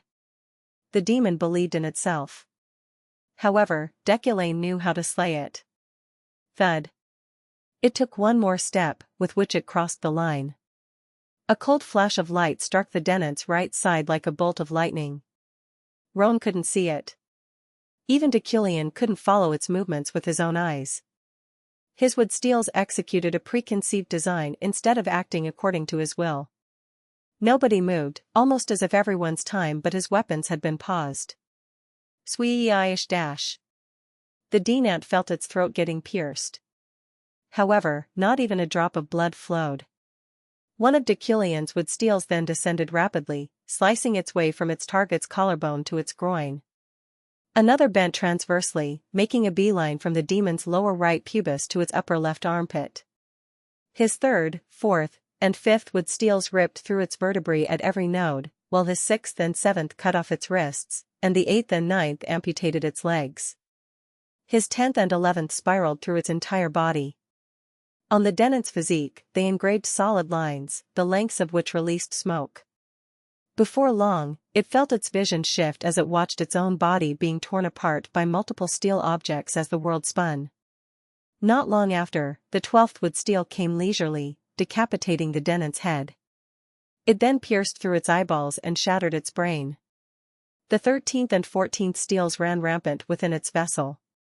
Taking advantage of the situation, their enemies passed by Deculein and tried to pursue Charlotte, but he easily destroyed them using his weapons. The flying blades moved swiftly and returned to their posts. Even Roan noticed the shock and perplexity their opponents felt. "Professor." Oh, over there.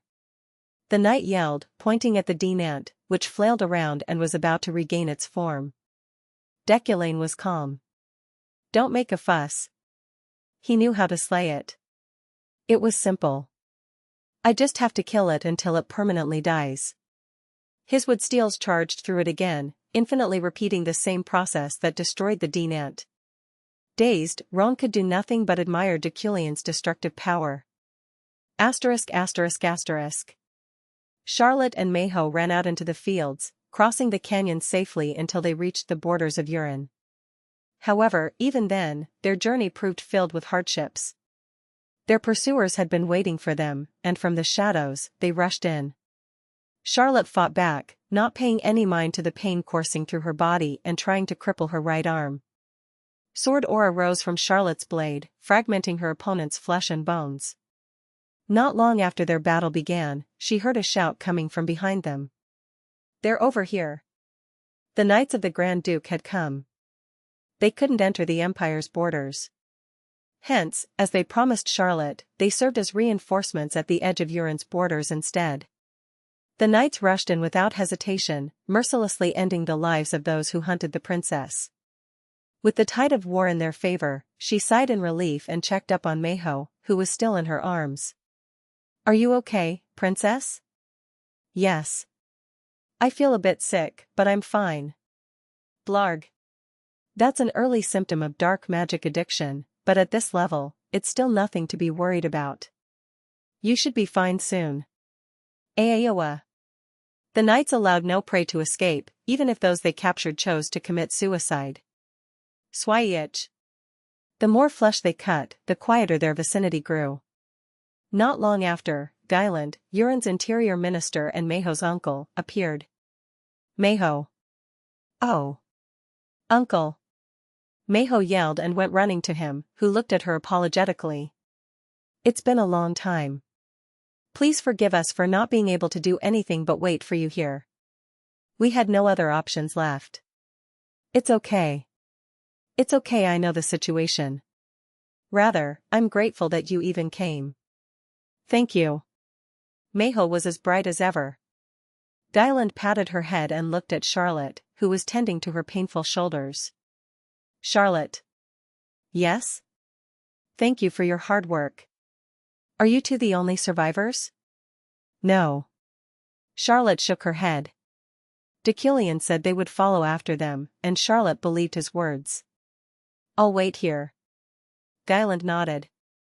As they waited for the others to arrive, they regrouped and buried their fallen brothers in arms. As the cold wind blew, time passed. 30 minutes. 1 hour. 2 hours. Let's head back. Guyland placed his hand on Charlotte's shoulder. Oh. There. There. Mayho pointed at the distant horizon, where two men could be seen walking under the achromatic evening that made the line between earth and sky vague. Charlotte sighed in relief. You're safe. Mayho ran to meet him first. Deculein was still soaked in the afterglow of the battle. His face was stiff, but he soon smiled and bowed his head politely. Thanks for your concern, princess. What a relief. Phew. Thank you, professor, really. Princess. He put his lips beside her ear and whispered. There's no need for acting now. Mayho's expression stiffened slightly. He knew Mayho's true personality. Of course, her tomboy behavior wasn't a lie. However, her innocent, ingenuous behavior was. She was thoroughly aware of which aspects of her could induce sympathy and increase her own odds of survival. Mayho's eyes widened as she stared at Deculein, who kept smiling at her without saying a word. Charlotte came. Hey. You. My work here is done. I'll leave the report to you, Roan. Yes. All right. Roan straightened his back at Deculein's words. He was full of doubts just a day ago, but he now acted like a loyalist. Even his eyes were filled to the brim with admiration and respect for Deculein. Charlotte nodded. Thank you. I will never forget this favor, no, this deal. Deculein turned around without answering. He hadn't rested yet, but he still showed not even the faintest sign of fatigue. He was as full of grace as when they first met. "Charlotte," Dylan called as he stared at Deculein back. "Yes? Is that person an escort?" Roan replied in her stead. "Yes. That's Deculein, head professor of the Imperial University Tower. He alone killed dozens of pursuers and annihilated a denant." "A denant? I mean, in that crevasse gorge?" Roan nodded proudly. "Yes. Is that possible? I saw it with my own eyes." Professor Deculein's magic was different from that of ordinary wizards. Roan looked far away with an expression full of emotion. Mayho followed his gaze. He dealt with the denant as if he were playing with a toy. None of the monster's attacks worked against him as he showcased the epitome of combat magic against a near-invincible opponent. At Roan's praise, Guyland and the Archduke's knights looked at him in a different light. On the dark horizon, the Yukline head trudged onwards. *****. Independent quest completed. Store currency +4. Mana +30. Red Horse was already waiting for me when I exited the canyon. Before climbing on his back and returning, I took another look at the gorge entrance. My mana recovery speed inside the canyon was fast enough to use all of my wood steel and Midas's hand. Additionally, 4 of my wood steels gained properties during the 6 hours it took to travel through it.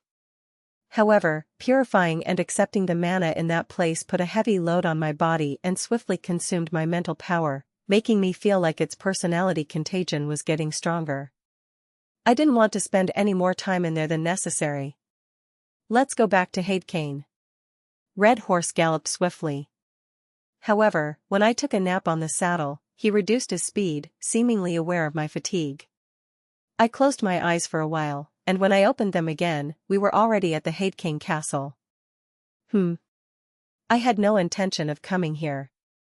But since I was here anyway, I decided to take a look around Deculein's room. "Hey. Oh. My liege has come." I left Red Horse to a nearby guard and went inside the castle, where I told a servant to guide me to Deculein's room. "Is it here?" "Yes. It's been a while since I last visited.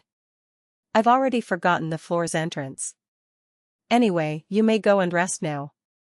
I opened the door, revealing a clean room that wasn't out of the ordinary. Something on the bookshelf caught my attention, however.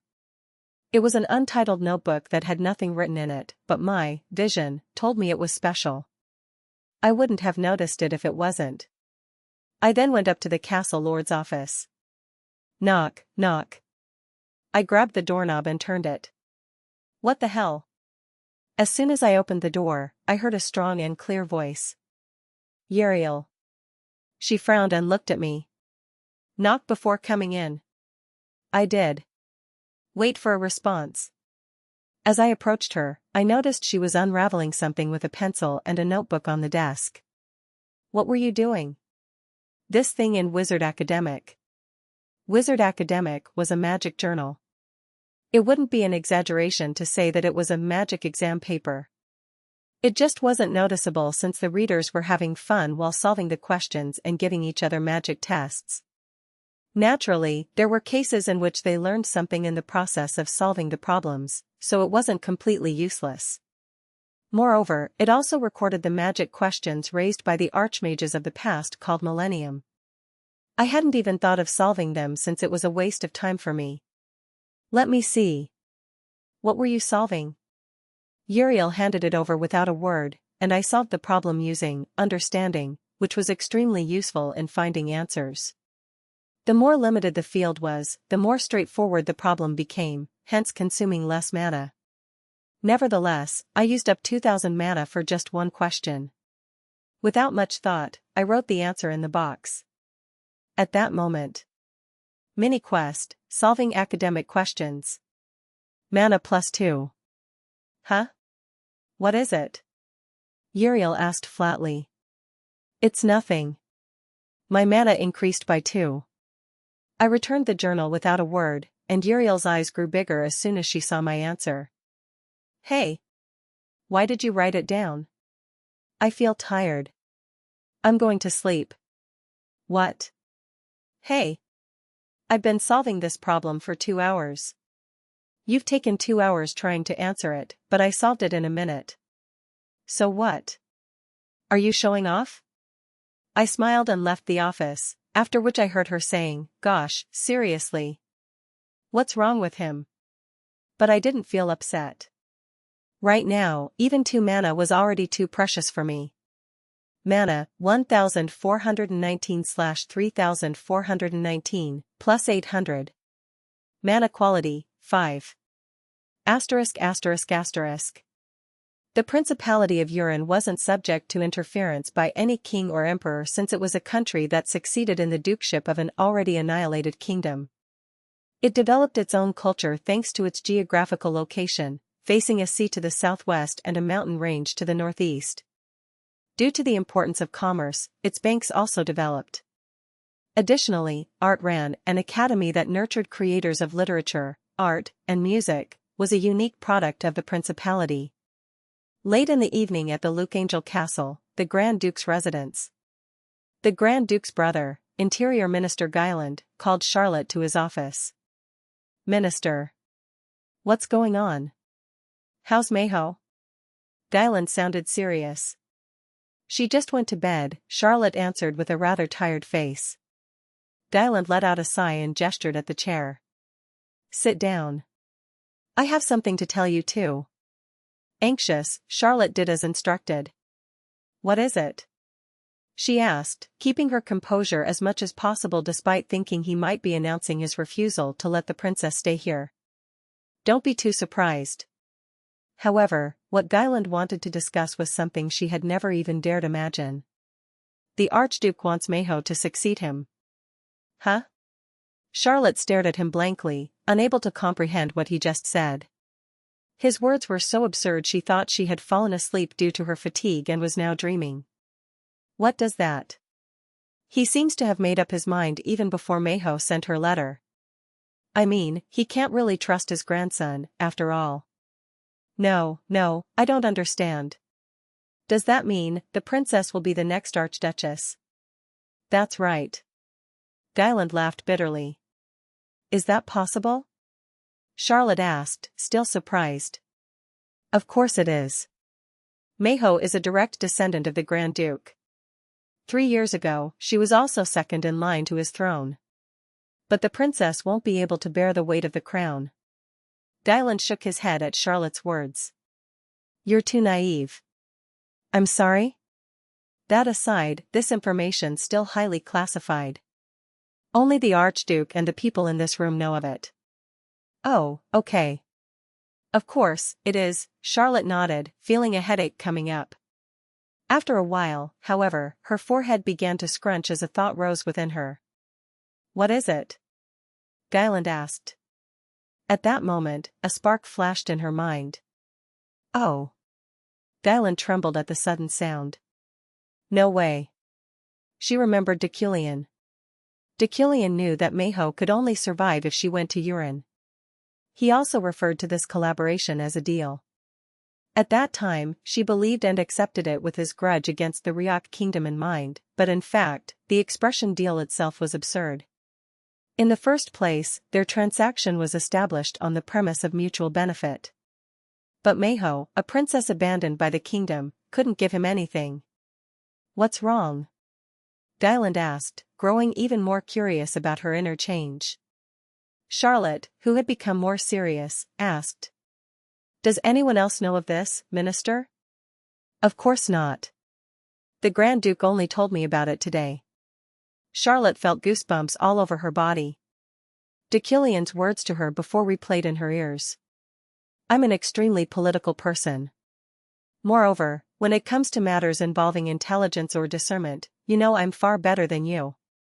If so, did he make such a deal by taking all these circumstances into account, guessing the relationship between the Archduke and Mayho, calculating the dynamics and conflicts between the kingdom and the principality, and finally predicting the conclusion that the princess could succeed the throne? If he really did. Monster. How far had he thought through? How sophisticated and precise were his thoughts and resourcefulness. What? Me? Charlotte came back to her senses. Dylan was staring at her with narrowed eyes. No, no. You finally voiced out your thoughts. Right. I'm sorry.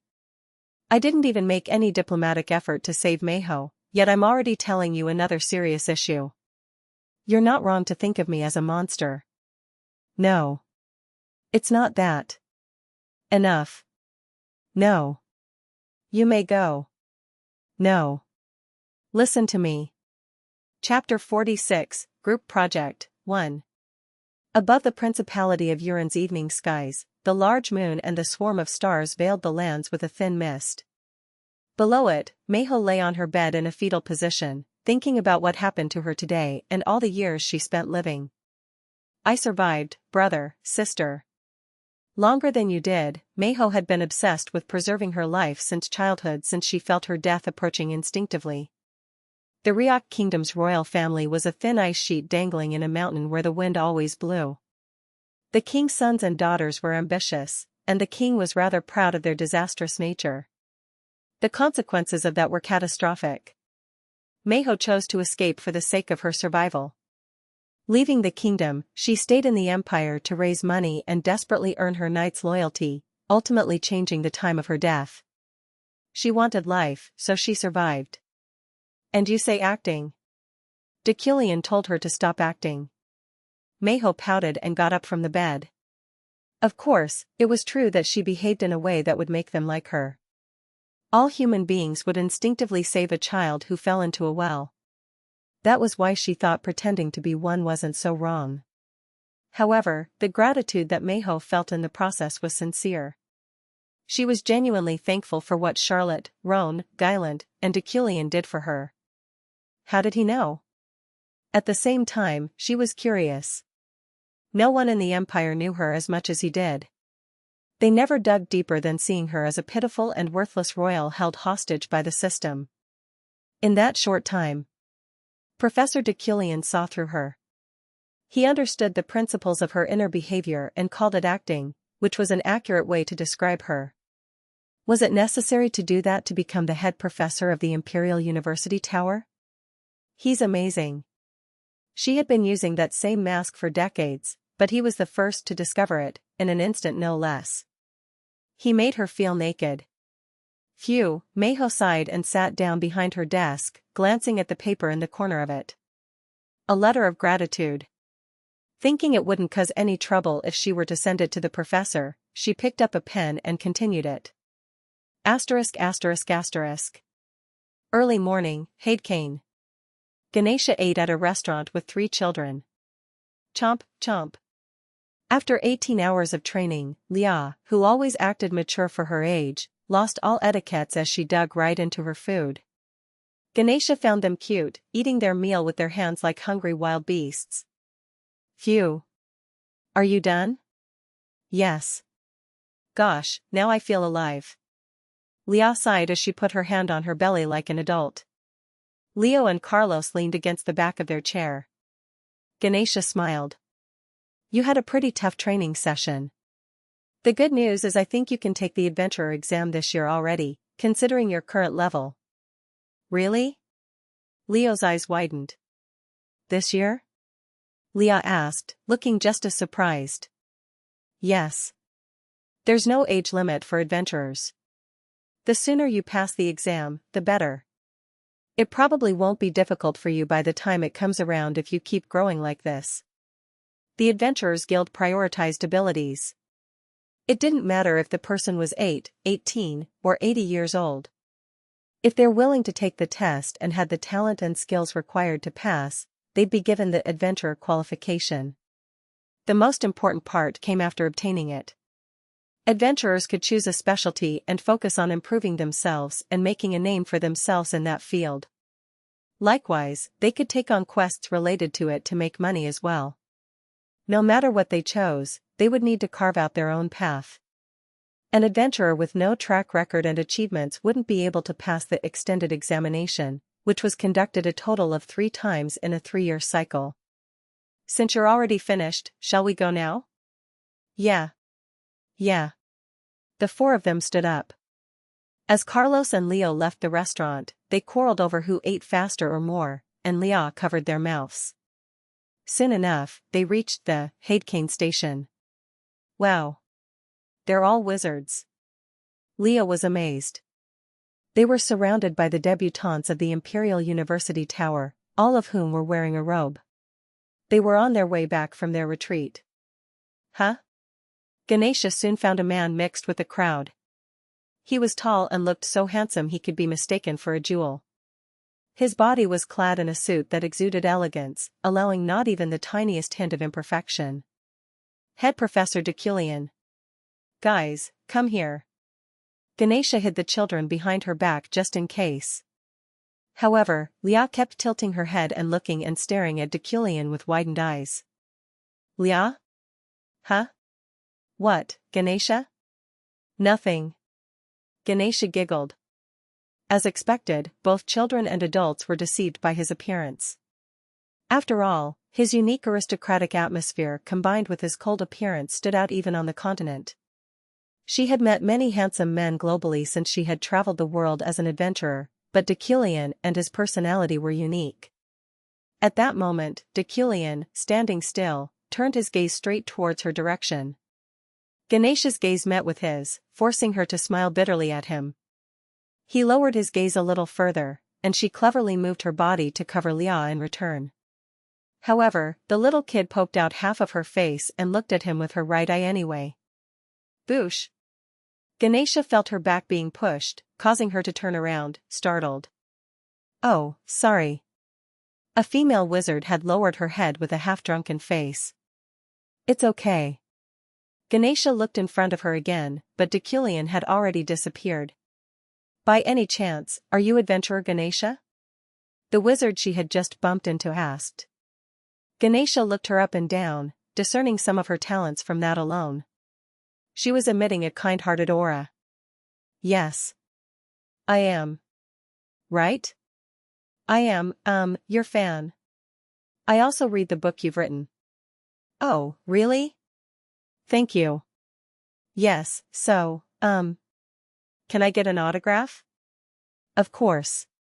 What's your name? Ephraim Luna. I'm a debutante from the Magic Toe. Ephraim Luna? Leah suddenly joined in on the conversation, looking at the student with eyes wide open. The debutante, looking for her pen, tilted her head. Yes. You know me? I don't, but... I'm Leah. The kid held out her hand, and Ephraim accepted the handshake, confused. Oh, yeah, nice to meet you. I am a disciple of Master Ganesha. Ganesha was amazed by how she carried herself in the conversation. She wasn't the type to talk first like this. Was it because there were no wizards in the archipelago? Really? I'm jealous you're amazing for your age. I'm not as young as I look. Oh, and these two are Leo and Carlos. Nice to meet you. Huh? Oh, yeah. Yes, yes. Nice to meet you. But... I'm Carlos. Huh? Oh, yes. Of course. Leo and Carlos talked to Ephraim, amazed by the fact that she was a wizard, until the train departed, causing her attempt to get Ganesha's autograph to fail. Asterisk asterisk asterisk. As soon as I returned to the mansion, I immediately went back to my routine.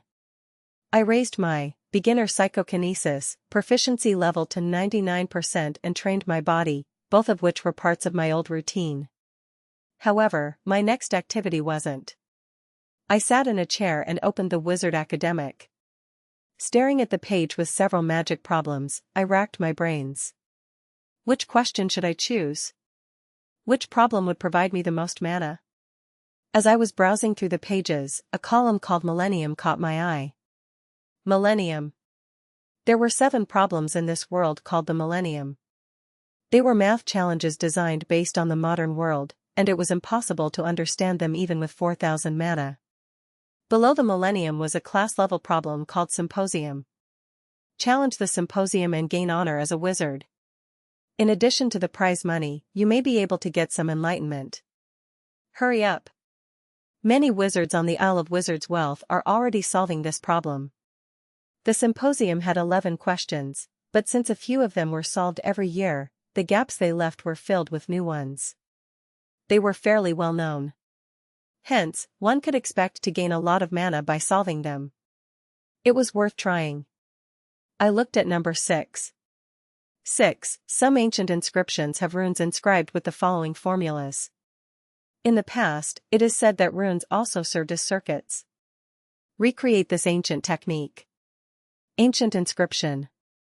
I initially just stared at it, but after a moment, my heart raced. A sudden thought came to my mind, making me feel excited. I knew this rune. I was this world's game designer, which meant I was the one who refined it. I knew the meaning and structure of each of its characters. It happened in the far distant past, but my understanding vividly brought back even the smallest memory fragments in my head. I glared at the ancient inscription. I felt a sharp pain claw at my nape as the rune clung to my retina like it was pounding down on me with an iron club. The rune of the inscription harmonized with the memory in my head and achieved a certain formula. I grabbed a pen and took out a paper using psychokinesis. My hand moved on its own, the pen moving with it. I had no thoughts of my own. All of my consciousness focused on the problem at hand as if its attribute had swallowed up my mind. I was quite literally in a trance. I didn't even know I had written down all the magic formulas it needed. Runes were engraved and mana imbued in it. To top it all off, my mana consumption wasn't as severe as I thought. To be fair, I had already deciphered this rune beforehand. I didn't know how much time had passed while I was engrossed in it. When I came back to my senses, my desk was already full of papers, but it wasn't messy. Rather, dozens of documents were neatly stacked in one corner of it. I was almost out of mana. I rubbed my temples as I sighed, finally realizing 2 hours had passed. It felt like I had only worked on it for 3 minutes. I think I can do it in 2 weeks. For a moment, I felt like Einstein. Saturday noon, I went to the Imperial University Tower, finding the atmosphere heavy and serious. Even the professors I met on the way seemed pressured. Alan. Come here. I called him using the crystal ball, and he arrived in less than 10 seconds. Yes. I'm here. What's going on these days? Things are kind of disordered. Oh, that's probably because of the Imperial family's most recent announcement. Announcement? Yes. They notified the entire nation that they're looking for knights, wizards, and scholars to help Her Majesty with her education. I understood almost immediately. Educating the emperor was an imperial tradition, an unwritten rule handed down from ancient times. Those who ascended to the throne had to learn about the world from outside personnel for 1 year, starting from their succession. Every professor coveted that opportunity. Professor is the most likely candidate. Me? Wouldn't you be? Alan asked, startled. I don't care. I have no intention nor desire to do it. Class preparation comes first, Alan. Oh, yes, yes. As expected from you. Let's find the records of the magical disasters that have occurred in recent years. It would be nice to have it on video. Today was Saturday, and I had some time until next Wednesday, so I planned to take turns preparing lectures and solving symposiums. By magical disaster, you mean? Anything is fine. Magical disasters were similar to the modern world's natural calamities, such as tsunamis and typhoons. They were caused simply by nature's magic power. Okay. Alan left and came back with a basket containing several crystal balls after 10 minutes. Here. Thank you. When I enchanted the crystals, a magical storm immediately raged. Hung. It was, of course, just an illusion. Oh. Alan curled up and shivered, but I watched the phenomenon with my eyes wide open. Electricity flashed amid the storm as flames spread along with its powerful winds. Through it all, the intricately shaped streams of water continued their torrent over the lands. All of them were pure elements. A bonanza of it. This is beautiful. Huh? Magic fireworks inspired my next class. Just as how they embroidered the sky, magical disasters could eventually be expressed in a formula. That was what I had in mind. From next Wednesday, my students would gain the same mindset. Asterisk asterisk asterisk. Wednesday during a bright May. Sylvia walked around the campus. Its summer trees and flowers had bloomed vigorously, creating a scenery across the university so vivid it looked like it was painted with a paintbrush. Her legs, as she headed for the tower, moved involuntarily. It had been quite a long time since she last attended a class. As soon as the midterm exam was over, the death of the emperor and the succession ceremony overlapped, providing the empire with no room for lectures for about 4 weeks. Entering the building, she took the elevator to the 3rd floor and opened Class A's door. Sylvia. We meet again.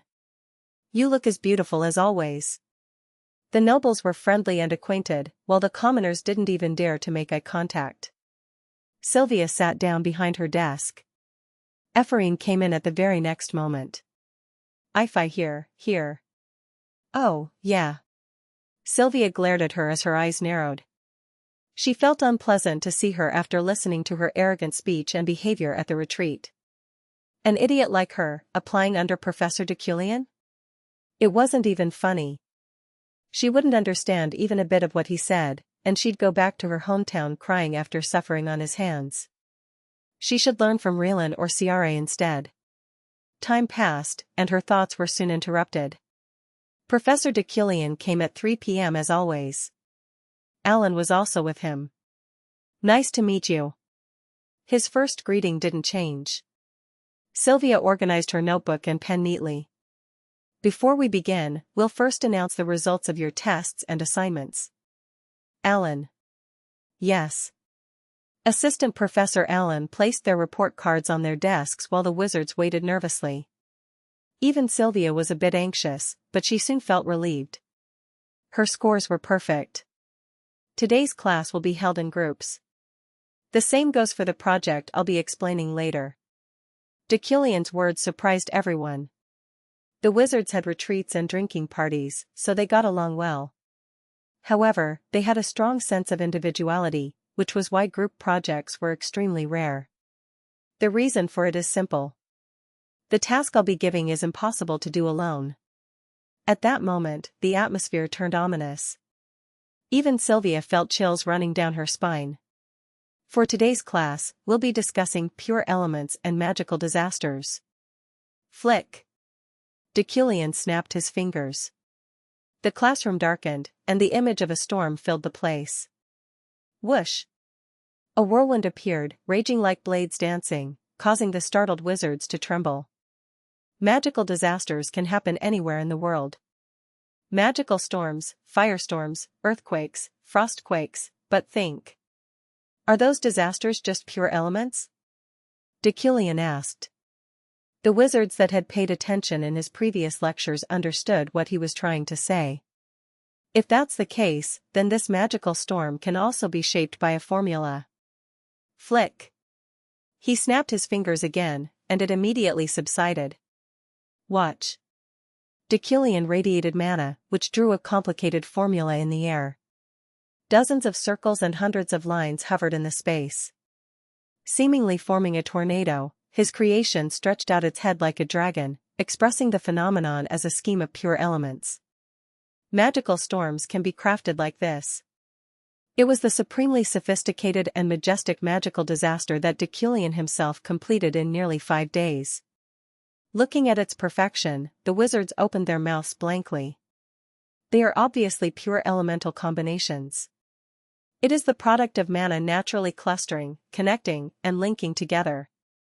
I want you all to get the gist of it. He said it like it was nothing. It doesn't have to be huge like this formula. I don't even expect it to be. It is enough that you realize it is possible. Hence, keep in mind that even the smallest magical disaster can be turned into a formula. Deculein's words were persuasive. It seemed incredibly difficult, and just looking at it gives me a headache. The magnificence of the technique was full of a certain charm that attracted wizards. I'll give you ample time to accomplish this project. Upon understanding their formula, you'd see the world more clearly. The magic you'll learn and have learned is made of nature's pure elements, after all. After his explanation, Deculein prepared to draw lots. There were a total of 5 people in a group, making it possible to form 30 groups. Come to the front and draw. The group's members will be recorded afterward. 150 people stood up one after another and did as instructed. After about 5 minutes, the debutantes finished grouping themselves into 5. The room's atmosphere didn't deteriorate despite everyone's expectations.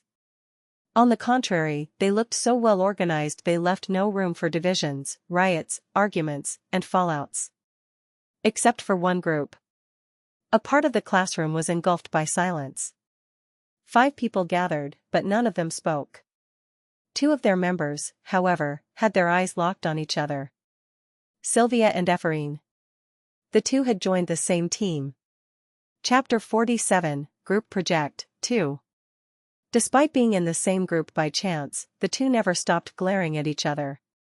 Nevertheless, they sat together. Sylvia muttered.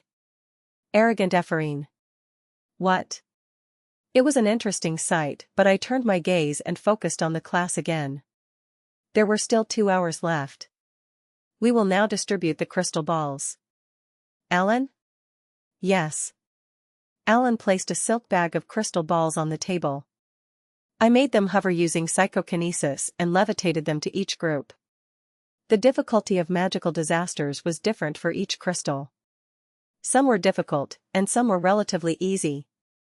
I distributed them based on the total scores of each group's midterm exams. Naturally, Sylvia and Ephraim's group got the most difficult one.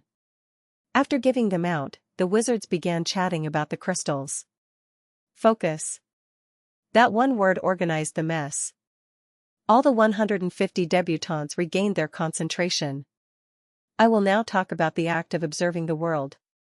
I looked into their eyes as I spoke, an unconscious authority enveloping my voice.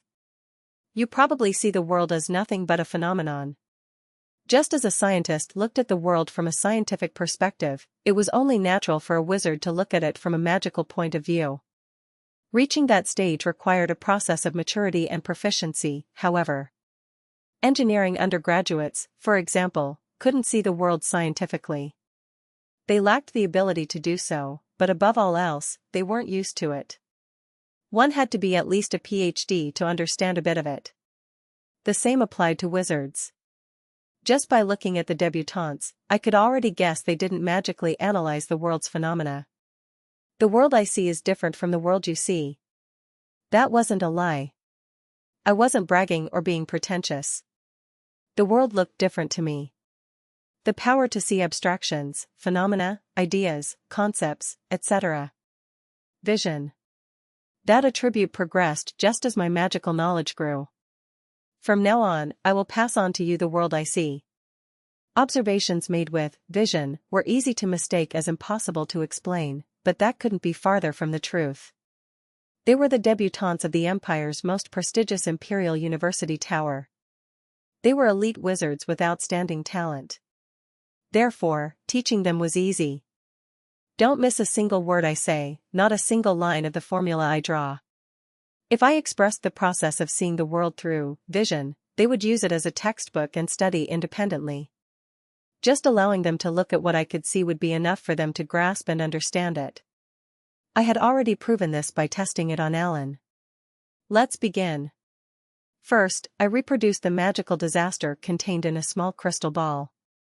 Dirt fog. Let me show you how it looks from my perspective.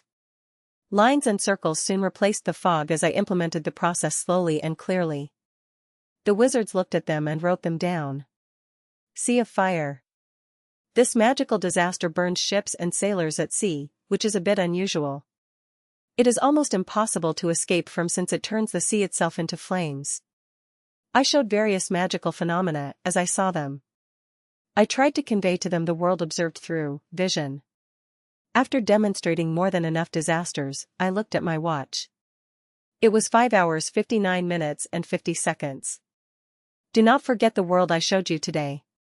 I fixed my cuffs and straightened my suit.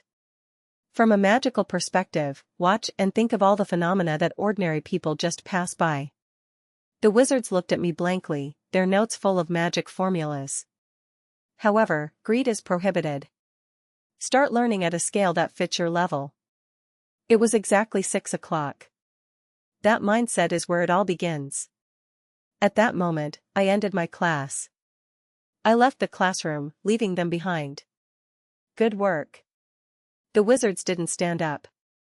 Ephraim stared blankly at her notebook, every page of which she had filled with all kinds of geometric patterns. It had been effectively turned into a record of the magical disaster replacement process that Deculein showed. Oh. So because of this, the fog becomes like dirt. Gosh, I feel like my head is going to explode. It was hard. Insanely hard. But it was doable. At first, she didn't really have an answer, but she was slowly getting the hang of it. Ephraim followed the same process that Deculein had shown, creating a minuscule dusty mist that floated above her palm. This is it. This is the dirt fog. Now, it feels like we just had a real class. Eurozan, a member of the same team, said, to which Ephraim nodded. I know. My head hurts. The professor is really awesome. How did he do all that? I know. Deculein described the process of formulating magical disasters in great detail. Ephraim admired the smooth flow of his explanations, but at the same time, she had some doubts if it was actually his skill. What he showed today was amazing. However, she couldn't help but be suspicious about the possibility that he had found a new slave to replace her father. Of course, she had no intention of exposing or raising suspicions. Whether in the distant or near future, she decided to confirm her doubts herself one day. Arrogant Ephraim. Sylvia glared at her and rambled. She shrugged. Whatever. Anyway, I think we'll have to get together for a day to do the group project. When is a good time? No one replied. Ephraim nodded. Let's go to Sylvia's house, then. Who gave you permission to do that? Isn't your house the biggest? It's the only place the 5 of us can go. Okay, but you can't come. Can't you just grow up? Asterisk asterisk asterisk. Yukline's estate was in the midst of fortifying its defenses against the opening of Merrick.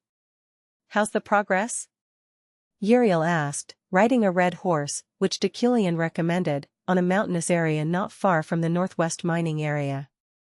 The walls, watchtowers, and the fort are all nearing completion. The underground road is still under construction, but it is expected to be completed this summer. Good, Yeriel replied sternly, then scoured the surrounding area. The contents of Deculein's letter suddenly came to her mind. Once the Merrick was opened, it would infest the surrounding lands with magical beasts. To deploy troops efficiently, they needed to build walls, watchtowers, and fortifications in the northwest corner of their territory. Deculein was the one who picked the location. According to him, it was also better to build the road leading to it underground rather than above ground. If Yeriel were to add a toll to it, she'd be able to make a profit quickly, considering it was made underground, thus making it more peculiar and more valuable. Certainly, a camp built here will be able to oversee everything. Yes. It can even be called a sanctuary. Your eyes for geography are really amazing, Yeriel. The person in charge answered Yeriel's self-talk. Yeriel glanced at him and took the letter out. She read the second page of the 4-page letter. Don't even think about bribing the imperial family or bureaucrats. The emperor ignored her servant's words and opened the Merrick. Therefore, you shouldn't be swayed by any words from her servants, and you should only act according to your convictions. Also, don't even consider getting her favor. She abhors lies and flattery. However, she likes alcohol, so if you're going to send something, the finest wine is enough. Are you a fortune teller as well? How did he know their vassals were considering a bribe? At that moment, a cold crystal landed on her nose, causing her eyes to widen in surprise. It was snow. Huh? She stretched her hands out, and snowflakes landed on her gloved palms. Surprised, Yeriel hurriedly looked at the 3rd page. Unusual climates will sometimes occur. There's no need to panic, but it could be a sign of a demon, so be sure to guard yourself, especially if it's snowing in midsummer. What's going on? Yeriel frowned. She thought he was pretending to be a genius, but was he actually one? No, it couldn't be. How could Deculein be a genius? Now that I thought about it, it started back then. Yeriel remembered how Deculein changed at the beginning of this year. For an entire week, he stayed at home, canceling all his schedules, even though he had never before abandoned his appointments. At first, she thought Julie dumped him, but did something else happen? Well, do I really need to know? Whatever the case, Deculein was showing his old self again. From the time he was called a prodigy. It wasn't a bad change, so she didn't want to jinx it. Yeriel stored the letter safely and yelled. Attention! Everyone in the camp looked at her upon hearing her gentle cry. Abnormal weather may be a sign of a demon's appearance, so strengthen yourselves. Tighten our defenses and refrain from acting alone. Yes. The shouts of soldiers answering her orders echoed through the mountains. Good. I'll be going now.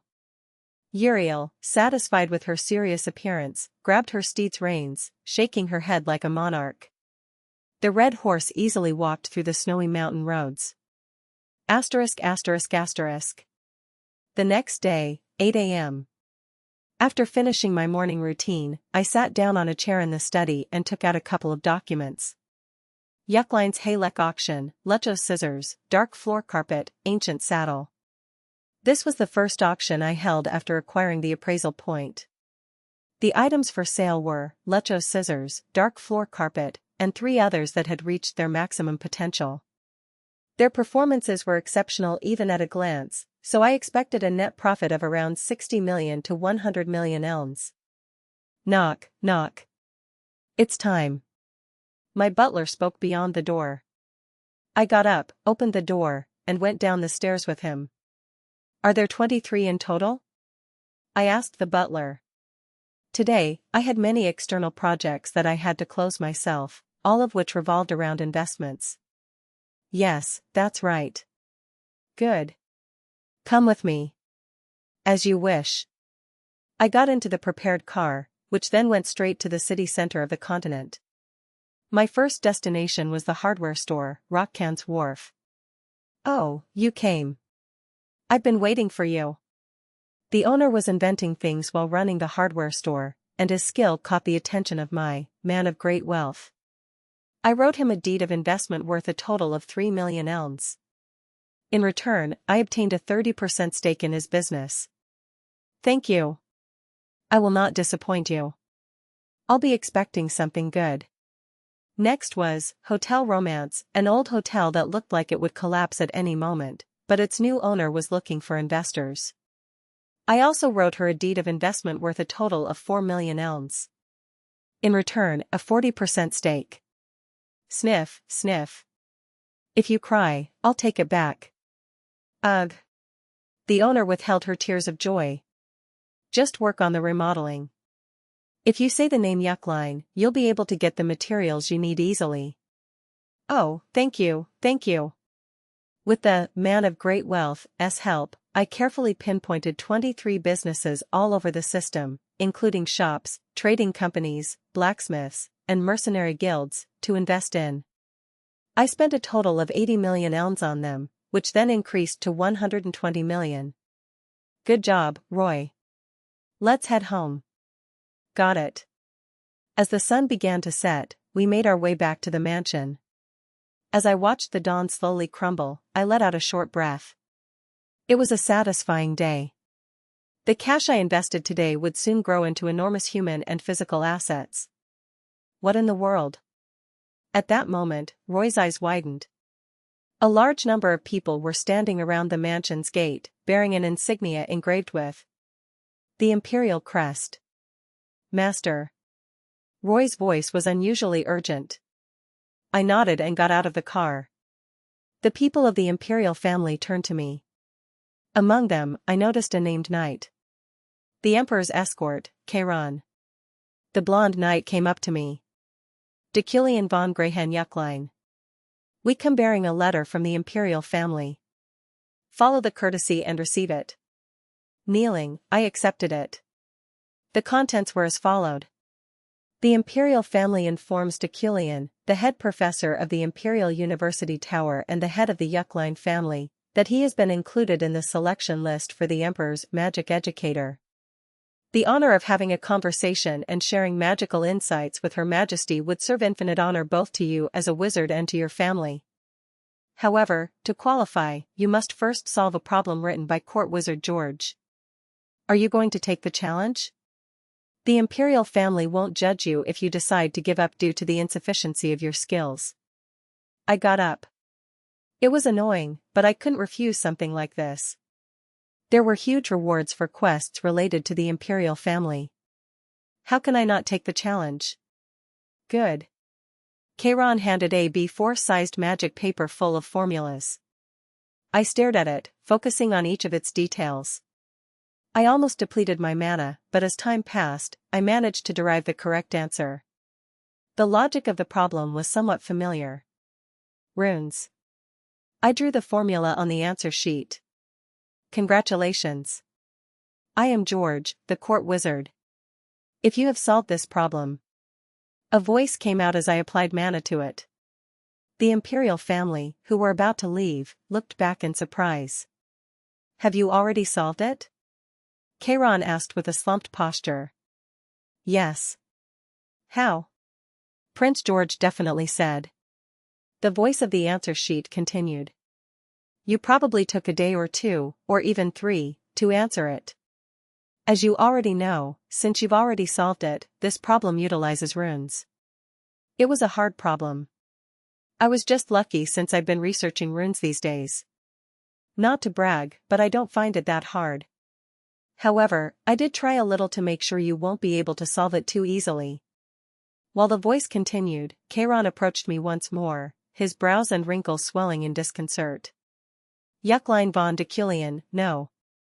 Deculein von Greyhen Yukline. Chiron took out a card with the imperial seal from his inner pocket and handed it to me. This is an invitation from the imperial family. You have been selected for the exam. Thank you. I bowed down with dignity. Asterisk asterisk asterisk. The imperial palace built on the loftiest site in the empire was like a small world in itself. Its space of introspection was just that magical. There were always 4 seasons around it. To its northeast was winter, northwest was summer, the southeast was spring, and the southwest was autumn. Therefore, the emperor always led her life through the 4 seasons. The people of the empire called this strange phenomenon God's blessing.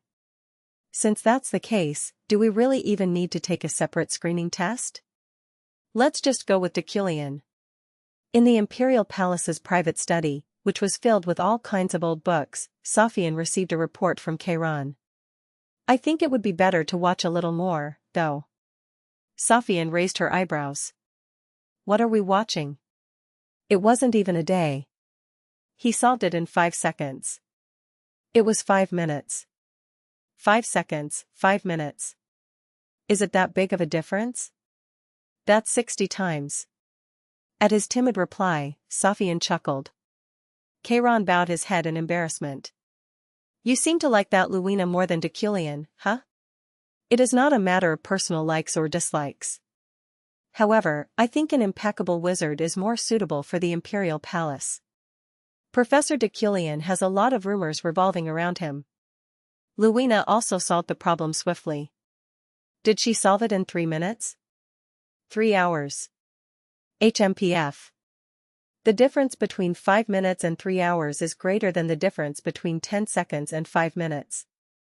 Also, don't discuss rumors with me. I believe only what I have seen with my own eyes. Sophian took George's test paper. Zing. She looked at it with laser-like eyes. Tick, tock, tick.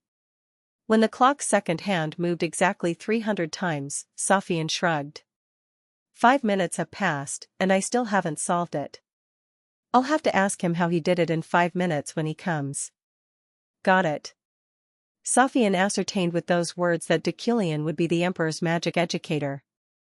That aside, is the night screening test still going on? It hasn't even started since it's a pretty practical test. It seems it'll take a little bit longer. Didn't the guy who prepared the test get injured? Isaac von Derek Lugden, the deputy commander of the Imperial Knights. He was wounded while exploring Merrick. No, maybe it was a self-made play. He was against the opening of Merrick, after all. We are looking for another suitable person. The right person. Oh. Suddenly, Sophian smiled mischievously. I have a good idea. Her words made an ominous feeling rise inside Chiron. He looked at the Emperor without saying a word. This will be fun, trust me. Listen carefully. The screening test will. Chiron sighed at the Emperor's suggestion as she released a burst of maniacal laughter. Chapter 48, Selection 1. I'll draw a card now. In the break room of Freihem, a game was in full swing. A wand. Oh. I pulled out the binding sword. They were playing a psychological card game in which 5 knights, 2 specters, 1 wizard, and 1 duke were selected out of 9 players. The knights would need to search for the specters, and the specters needed to kill everyone. It was the popular specters and knights. Whose heart should I put the binding sword? Cindy, a subordinate, swung the round table. Julie remained calm. In fact, from the moment Cindy pulled out the binding sword, her heart was already pounding. Ma'am? What? You're a specter, aren't you? Cindy leaned towards Julie, outright expressing her suspicion. Julie placed both of her hands neatly on her lap, then shook her head. No. I think you are. Look at you. You really don't know how to lie, ma'am. What do you mean? Since we said on the previous game that the change in your facial expression is too obvious, you are forcing yourself not to make any facial expressions. Julie inflated her cheeks, pretending to be upset. Now you're making a forced expression. I'm not. I'll use the binding sword on you, then. You'll regret it. I am a knight. Now I'm having doubts with you talking like this. Cindy pretended to be worried. Julie wondered if that was a real concern, but it was also a joke. Yes. I will accept it. When mana was injected into the card, it glowed. A small blue knife came up and swung at the card in front of Julie. Whoosh. Her ghost escaped. Look at this. She can't lie at all. This game's hard. Cindy smiled and asked Julie as she sighed. Still, it's fun, isn't it? Julie wasn't the kind of person who unintentionally interfered with her subordinates' games. But this time, the members forced her to play it together. Knowing the deeper meaning behind her words, Julie just smiled softly. Yes. That's right, sometimes you have to take a break like this. You're working too much these days. If you get a specter, why don't we just do it again? You have a good card strategy, but your psychological warfare needs work. I'll be different from now on. Julie fiddled with the cards. She didn't really enjoy the game itself, but her desire to win had been triggered. She was expecting one more match. However. Well, it's already 8 p.m. It's time for the jousting match. Oh, really? Then we'll get going, ma'am. Practice a little more. Her subordinates sprinted from their seats and left. The break room where there were 14 people quickly became empty. Julie, now left alone, looked at the table in the distance, and threw away the stack of cards in her hand. Shoo! As the cards were falling, she heard rumbling sounds closing in on her. The knights were coming back. Her excitement rising, she reorganized the deck. Were they deliberately pretending to run away to mock me? That's mean. But this time, it will be different. Julie's subordinates stood behind her, and soon afterward, the people of the imperial family entered. Julie von de Afraden. Julie also jumped up and saluted. We come bearing a letter from the imperial family. Follow the courtesy and receive it. Yes. At Imperial Knight Lucan's words, she knelt on one knee. He then gave her the letter. The contents were as followed. Julie von Deculein. You are hereby given a chance to be selected as the Emperor's knighthood educator. As your first test, you must proceed to the destination alone fast. That was the hottest topic in the industry these days. The letter announced that she was nominated to be the Emperor's knighthood educator. Asterisk asterisk asterisk. There were several magical spaces on the continent. Mystical and bizarre, each of them had a different characteristic. In some places, it was winter or summer all year round. In others, it was always night. There were even locations where no grass could grow.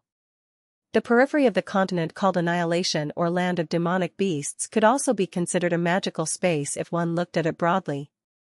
Julie was walking through such a locus. Although it was summer, the whole area was covered in perennial snow. Her arduous march lasted half a day, at which point a flash of light led her to her destination, a large cottage. Julie stood in front of the door and knocked. Knock, knock.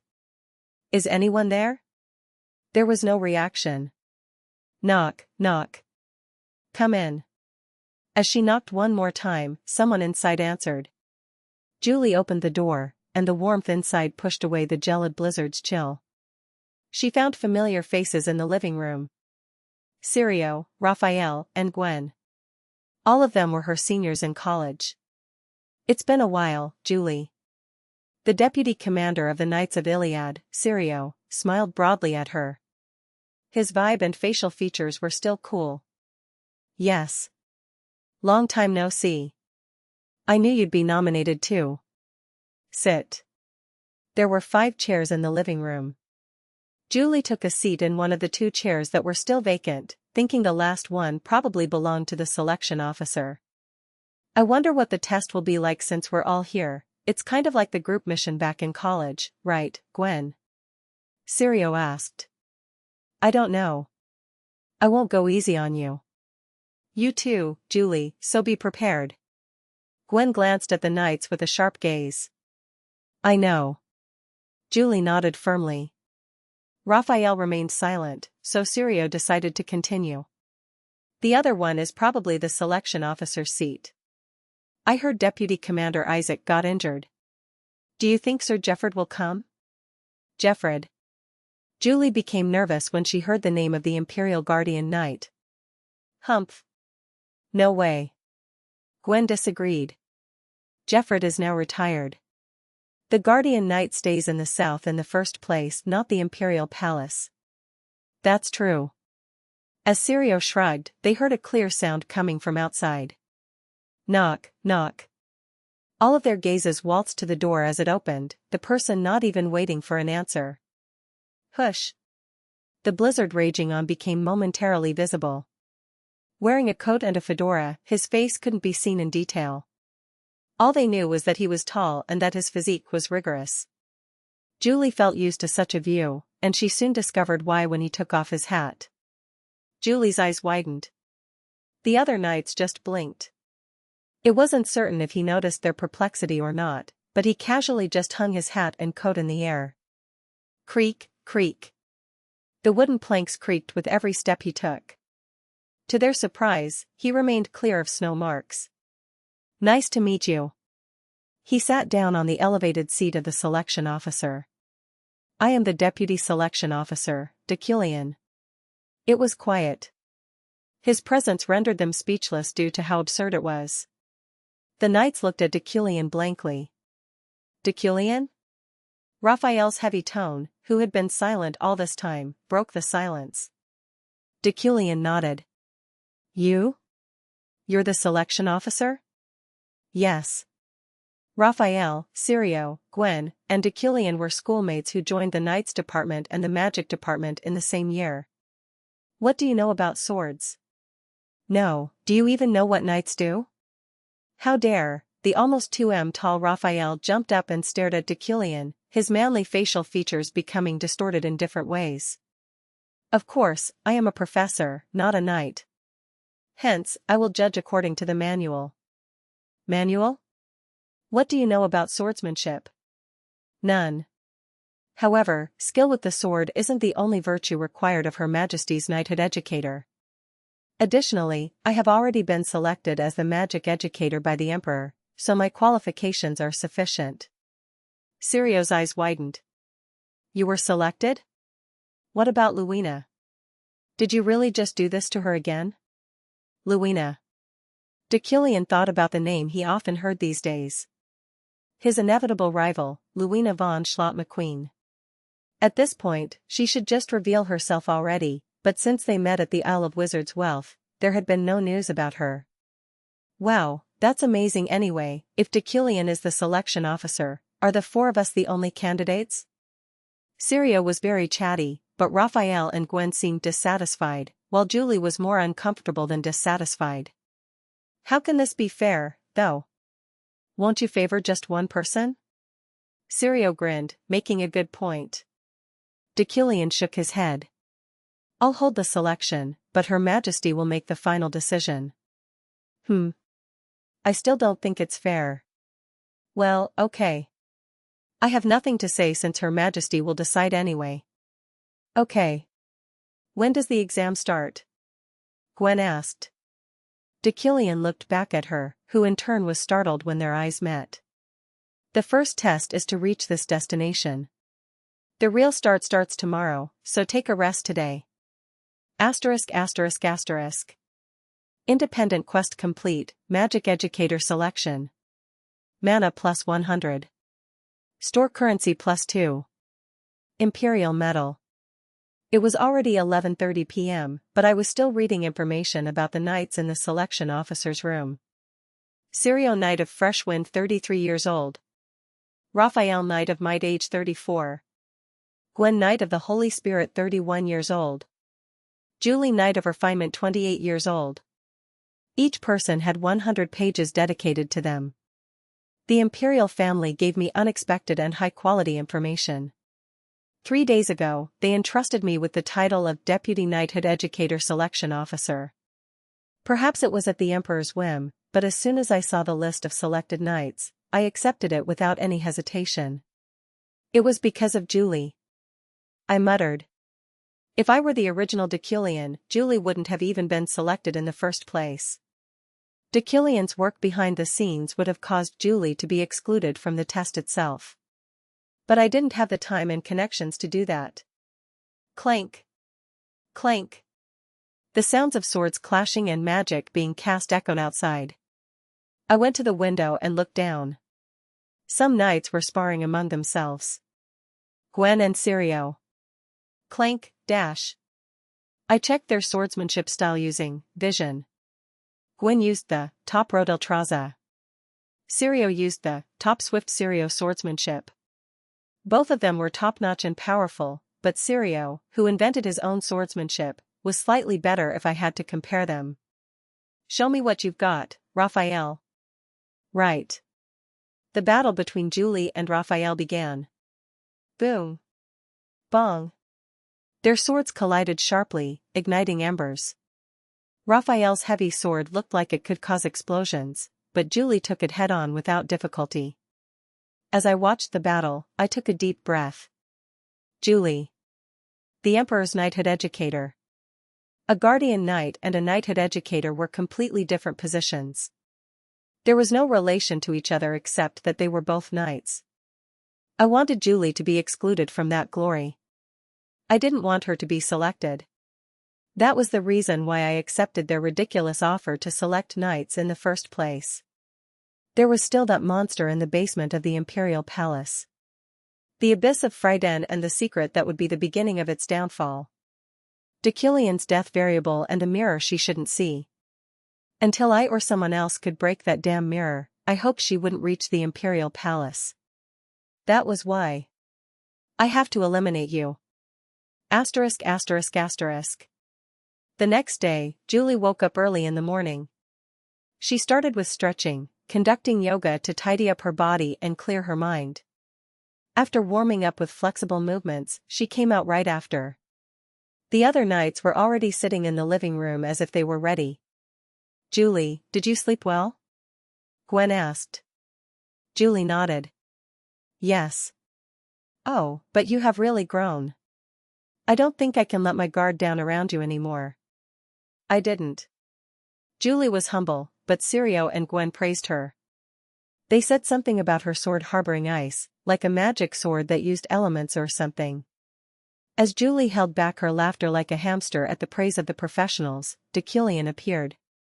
He was staying on the right side of the cottage, in a separate selection room. Is the exam starting now, sir? Sirio asked with a bright smile. Deculein nodded and sat down on the chair. The first test is to evaluate your observation and persistence. As he said that, he energized a crystal ball. A total of 4 items rose into the air. In this space loan fast, there are many rare magical products such as ice flowers, latrines, mana cores, and crystal plants. Each of you will have to bring your designated item back to me. Deculein gave them references of what they had to look for. Sirio was given Latran, Gwen received mana core, the crystal plant went to Raphael, and Julie was assigned to find the ice flower. But it has to be a whole item. It shouldn't be damaged in any way. Moreover, I will not move even a single step from this place. Julie carved the shape of the ice flower into her memory, a transparent flower that grew only on cliffs at snowy altitudes. It didn't seem that difficult to find since 10 of it bloomed and withered every day. If you have any objections, say it now. It is possible to modify the rules to some extent. Everyone, including Julie, shook their heads at Deculein's words. Good. Since everyone agreed, you have 24 hours. Begin. It was exactly 7 o'clock. All the knights stood up. Then everyone, let's work hard, good-natured competition. Sirio said encouragingly. They parted as soon as they left the cottage. Julie headed to the highlands where the ice flowers grew. Lone Fast was a magical space with a considerably large area, but finding a sloping mountain range wasn't that hard. She started her climb. Pant. It wasn't easy. The snow was deep because it snowed nonstop last night, causing her legs to be engulfed by it every time she took a step forward. She could barely move by bouncing her knees. Nevertheless, she reached the cliff of the mountain. On that precarious slope, where she would fall if she stumbled a little, she found an ice flower. It was bright and transparent. She looked at the watch and saw that only 3 hours had passed. Julie put the ice flower in her hand, then went back the way she came. Creak. She opened the door as soon as she arrived at their lodgings. Deculein was waiting in the living room. Julie approached him and held out the ice flower. Here it is. He silently took the flower that Julie handed over and quietly examined its every nook and cranny. Julie waited quietly. This flower's quality is bad. Deculein said. Huh? I said it should be whole and not damaged in any way. Deculein returned the ice flower to Julie. The leaf of the flower had a tiny bit of damage. Oh, I see. All right. It was too high a standard, but Julie went out without saying a word anyway. Her face turned pale from the cold as she crossed the mountain range once more. In search of the item, she rummaged through the most inhospitable highlands of the summit. Soon, another one stood out. Julie ran and looked at the flower. It had no damaged parts in any way. Good. Julie nodded with satisfaction and returned to the cottage. Deculein was still waiting in the same spot. Here it is.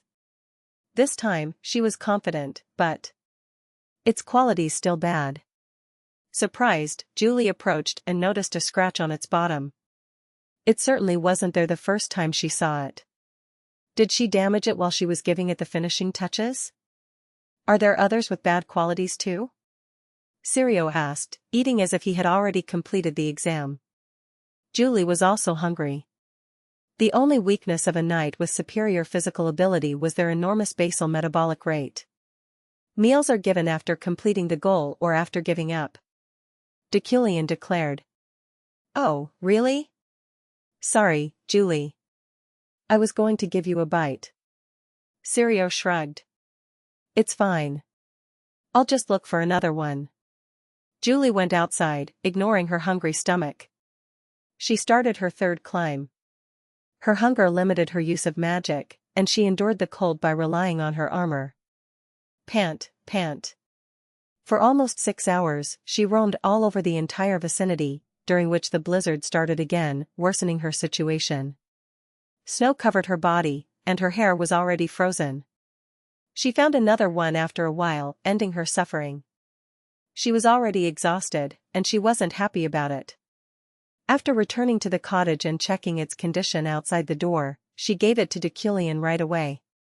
Deculein examined the flower again. Her body was trembling with the cold, and the tension choked her neck. Tick. Tock. Tick. 3 seconds passed, but she felt like his silence lasted for 30 minutes. Its quality is bad, Deculein concluded. No way. No way. Julie looked as she was about to cry. Check for yourself. Deculein held out the flower. Julie took and looked at it, finding yet another small scar. Oh. What happened? Julie thought while grabbing her hair. It obviously had no damage before she went into the cottage. What the hell was it that kept damaging it? Tap. The wood in the fireplace crackled as the flames burned it. At that moment, Julie's eyes widened. A realization flashed in her mind. Are you giving up? Just as she did, Deculein raised a question. I'll go look for another one. Julie went out immediately. She ran through the blizzard like crazy, her entire body feeling frozen. She thought her life itself was falling apart. She couldn't find her objective easily, but she didn't give up. Oh. In the harsh cold, she found the most brilliantly blooming ice flower. That was the 4th one of the day. Julie went back to the cottage. She didn't run for fear of damaging the flower and held it with both hands to prevent the wind from blowing it apart. The door to the cottage was open. Gwen, Raphael, and Sirio had already passed the test.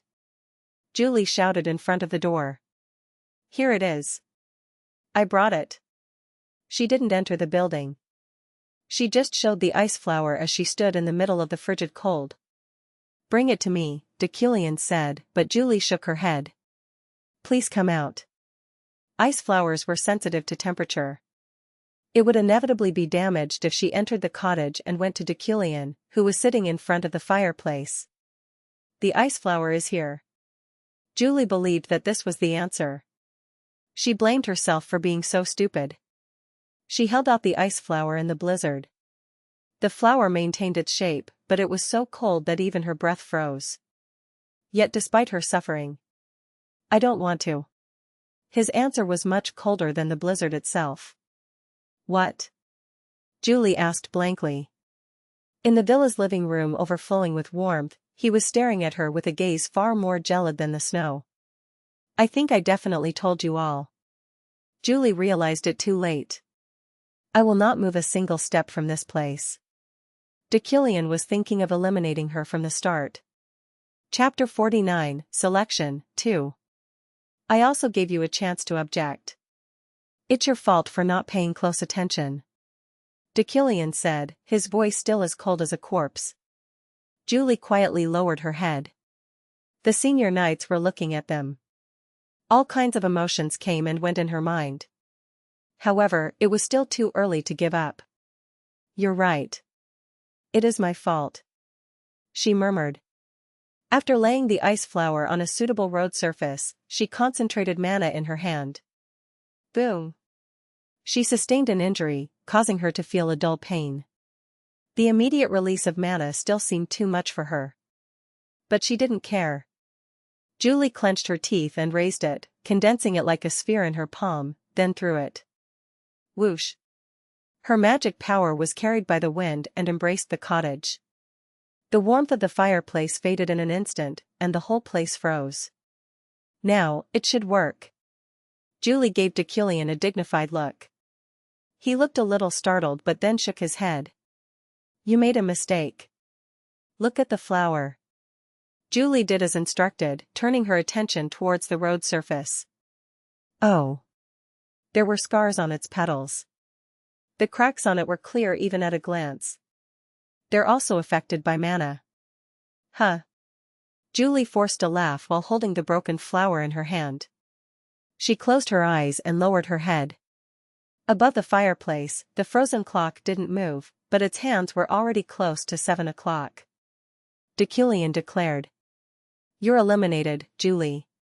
Asterisk asterisk asterisk. Julie stayed at the cottage for a while since her body temperature was so low that she had trouble leaving right away. After finishing a meal, she slept soundly, and the knights gathered in the living room. That's not fair, Sirio complained. I was more concerned about Julie's mana than anything else. Today was the first time I had seen it.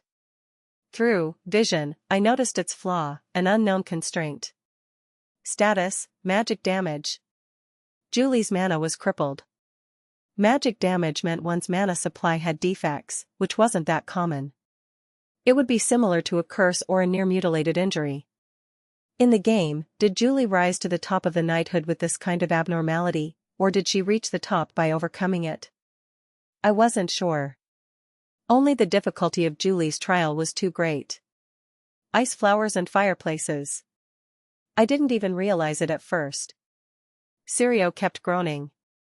Gwen and Raphael were also looking at me, all of them expressing their anger. The knights seemed unsatisfied with the unfair process. A sudden thought passed through my mind. They had a connection with both Deculein and Julie. If so, did they know the reason for this magic damage? One day, Julie was injured. I uttered those words in a subtle tone like self-talk. It was a trick trying to test the waters. However, the atmosphere inside had changed. Injured? That was because of you. When we were on an escort mission in the past. Oh, maybe. Sirio's eyes widened as he looked at me. Raphael patted his chin and became lost in thoughts. Are there still effects from that time? Gwen frowned. When she wielded her sword, she seemed to be fine. What do you think, Raphael? She seemed to consciously limit the use of her magic. She made full use of her sword, but she never instantly released a lot of mana. Raphael said, then after a brief pause, continued proudly. There would have been no other way to fight against my heavy sword. Sirio nodded as if he understood. Well, if she's still suffering from it, then it is a problem. She might get disapproval by being at Her Majesty's side. Especially from the eunuchs, who were famous for their polarity. They spoke of a past I wasn't aware of. These were all information about before the game's beginnings. Are you sure, though? How did you know that? Oh, well. Of course, you know. You love her so much, after all. Sirio smiled slyly. Gwen sharply glared at me. Enough. Even if that's the case, this isn't how you should treat people. This kind of behavior isn't cool at all. Even if she is injured, she can teach Her Majesty enough. You're overprotecting her. Gwen. I called her name. What? Do you want to get eliminated too? Gwen shut her mouth, and I focused on my job as the selection officer. Everyone, go back to your rooms. The second trial will begin after the first to be eliminated leaves. Asterisk asterisk asterisk. 3 p.m. Outside the dark world, Julie remained standing. She looked up at the sky, the winter in her eyes seemingly tearing up her soul. Cheer up, ma'am. You've been under a lot of stress these days, so please show it to your heart's content and come back. The cheers of her subordinates came to mind. She was determined to pass for them, but her attempts resulted in failure. However, she couldn't blame anyone. She couldn't even feel resentment. Julie humbly accepted her defeat. As she was about to go home, she heard someone approach her. Deculein. He was looking at her from a distance. Julie. Yes. He closed the distance between them slowly, the snow getting crushed under his feet. 3 steps away from her, he stopped. He thought for a moment as if choosing his words. I apologize for what happened today. Don't. Julie shook her head. As you said, it was my fault. I understand. It was a test in itself. Deculein didn't say anything. He couldn't understand her saying that it was her fault. Julie spoke with sincerity. Ice flowers and the fireplace. It was really clever. I should have checked it when I got the assignment. Deculein let out a small sigh. Clever, my ass. She's such a fool and honest person. Before I let you go, there is one thing I want to ask you. Is it as a selection officer? He shook his head. No. All right. Fine. It would be as Kim Woo-jin, not Deculein. No, as Kim Woo-jin, who harbored Deculein's feelings. Deculein remembered the first time he met Julie. That day, she furiously talked about a promise, but he didn't even ask what it was. There was a promise I broke the other day. She looked at him without saying a word. He continued speaking indifferently. Tell me that promise again. Her eyebrows twitched, and he just gave her a faint smile. I just want to hear from you again. Hearing him say that made her think he was cunning. At some point, he had become such a mysterious person. It has already been half a year. At that time, I received a letter from a member of the Luna family, the mother of the wizard who took his own life under your command. What was the content of the letter? I've already shown it to you. It spoke of the evil deeds you've committed in the past. I asked you for an explanation, and you remained silent. At that time, Julie showed the letter to Deculein, but he glared at her with a crushed gaze and burned the letter. You said it was something I didn't need to know. I see. Deculein acted as if it had never happened before. Again, this was an incomprehensible behavior. Why are you asking me about it now? He looked at Julie.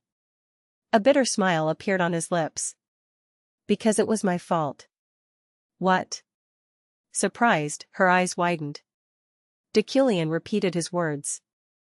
At that time, it was Deculein's fault. However, the research is still ongoing. He designed it, but I'm the one starting its construction. I'm now filling in the blanks myself. Naturally, since this is a study we started together, I'll name him as my co-author. Deculein looked at the horizon. The sun was slowly rising. The nature of magical spaces was so strange. If I profit from it, I will share it with his family and help them regain their honor.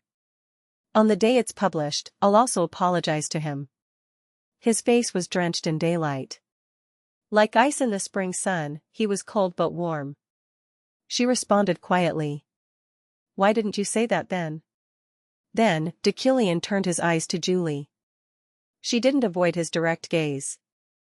I don't know. Maybe because it wouldn't change anything even if I had said that. What? At that time, you were only looking for reasons to hate me. Just as Deculein loved Julie, it might have been fate that Julie hated Deculein. That was what he thought. I understand. No matter how you feel about me, we can't control our feelings. No. However, Julie had a different opinion. She shook her head firmly. I used to like you. Deculein's expressionless eyes widened. At his surprising change, Julie blushed. No, that's what I mean. The relationship between Julie and Deculein went at least 16 years back in time. Deculein wasn't yet the head of Yukline then, and Julie was just a child dreaming of becoming a knight. Despite the many disappointments and humiliation she had experienced, the reason why she decided to trust the person named Deculein was, in fact, all in Julie's heart. Back then. Let's just bury it. Deculein shook his head and cut off Julie's words. Because I'm not who I was back then. Julie, who had moved her lips, soon nodded shyly. Knowing Deculein's will, she took back the words from her mouth. Looking at her like that, he said. Julie. Yes? From now on, I will try not to love you. Julie's eyes and mouth opened wide. Deculein smiled brightly at her pure reaction, breaking his coldness. He, who had always been a solemn nobleman, turned into a boy in an instant. Still wearing his smile, he continued. It seems like you're feeling uncomfortable, so I'll try to get further away from here. Then, someday, we'll be able to go our separate ways. He finally told Julie the feelings he had for her. I will do it for you. When he finished speaking, he turned around. You worked hard today. Please be careful on your way home. Julie watched his back retreat further and further away. The sun then rose in the middle of the sky, illuminating the world warmly. Soon, a small, sunlight-like smile spread across her lips. You're serious. Today, she realized it again. He was trying to change. She became aware of his efforts to do so. Maybe she already knew, but just refused to admit it. As a knight, I will reflect on myself. Feeling a part of her heart warming up, Julie turned around, walking in the opposite direction as him. I will try not to love you. His words echoed in her ears. He claimed he would change for her, saying he would stop loving her for her sake. It was definitely meant for me. She abruptly stopped and looked back, but he was already nowhere to be seen. Nodding, she went back to following her own path. The snow seemed to engulf her legs, but the sunlight soon melted all of them that clung to her body like sludge. Julie walked away from Deculein. At the same time, she acknowledged her feelings towards him. ******. I successfully completed the selection process. After 3 days of exams, 3 more knights were eliminated, leaving Raphael to be selected. Thanks to him, I spent 3 days on it, but it didn't mean I gained nothing from it. Using vision, I observed the best knights in the continent, remembering how they moved through understanding. It was an experience that was hard to attain, even with $1 million. As soon as I returned to my office in the university tower, I compiled a summary of their actions. Combining them, they would come in handy when paired with my Iron Man. While putting this record in my office's desk drawer, I noticed a notebook. I took it out. It was the untitled, seemingly empty notebook I brought from Deculein's room at Hadekain. The detailed information it contained remained hidden, but it was clear that it was a magical artifact. The use of these magical artifacts was usually straightforward. I just had to infuse it with mana. The moment I put my hand on it, however. Knock, knock. I put the notebook back into the drawer and opened the door with my psychokinesis. Congratulations. Alan, wearing a cone hat, was holding a cake in his hands. He smiled brightly. Professor, congratulations on being selected as the magic educator. It seemed the Imperial family had already made an announcement. I nodded. Do you have the list? Here. Alan held a document out as if he had been waiting for this moment. As soon as I looked at it, I frowned. List of magic educators of the Imperial Palace: Deculein von Grehen Yukline, Luina von Schlott McQueen. There were 2 magic educators, but that wasn't the worst part, considering I was bound to meet Luina someday anyway. No, the worst part was the next page that made me feel like I had been stabbed in the back. List of knighthood educators of the Imperial Palace: Sirio von Renya Sigrun, Raphael Kent, Julie von Deafraden, Gwen Whipsey. What? The Emperor selected all 4 of them as knighthood educators. She wrote the reason on the back, too. I want to learn Sirio's wind-like swift sword style, Raphael's heavy and explosive swordsmanship, Gwen's advanced rapier techniques, and Julie's unity of element and sword. Moreover, at that moment. Imperial Palace Quest, Devil's Mirror. Store currency plus 10. A huge quest that gave 10 worth of store currency appeared. Papa. Pare papa. Papa. Not reading the mood, Alan burst into a fanfare, which was the first time he had won. Leave. Oh, okay. I beckoned, and Alan, reading the mood, went straight out. I stared at the list and thought about it. However, nothing would change if all I did was ponder all over it behind my desk. All of this was the Emperor's will. Damn. I sat on a chair and brushed my hair. Knock, knock. I was about to leave, so I approached the door and opened it this time. Sylvia looked up at me with a huge scroll in her arms. Professor. I have a question. Question? Yes. In the last class, you said that this project would be difficult, and you told us to come to you with any questions. That's true, but are you alone? Yes. Come with your teammates. I closed the door. Knock, knock. Sylvia knocked again. Since I didn't open the door, I only heard her voice. My teammates are not helpful. Group projects are not supposed to be done alone. Only then did I hear her footsteps moving away. But after a moment, I heard a knock again. I opened the door, and this time I found the other four with her. It was as if they were together all this time.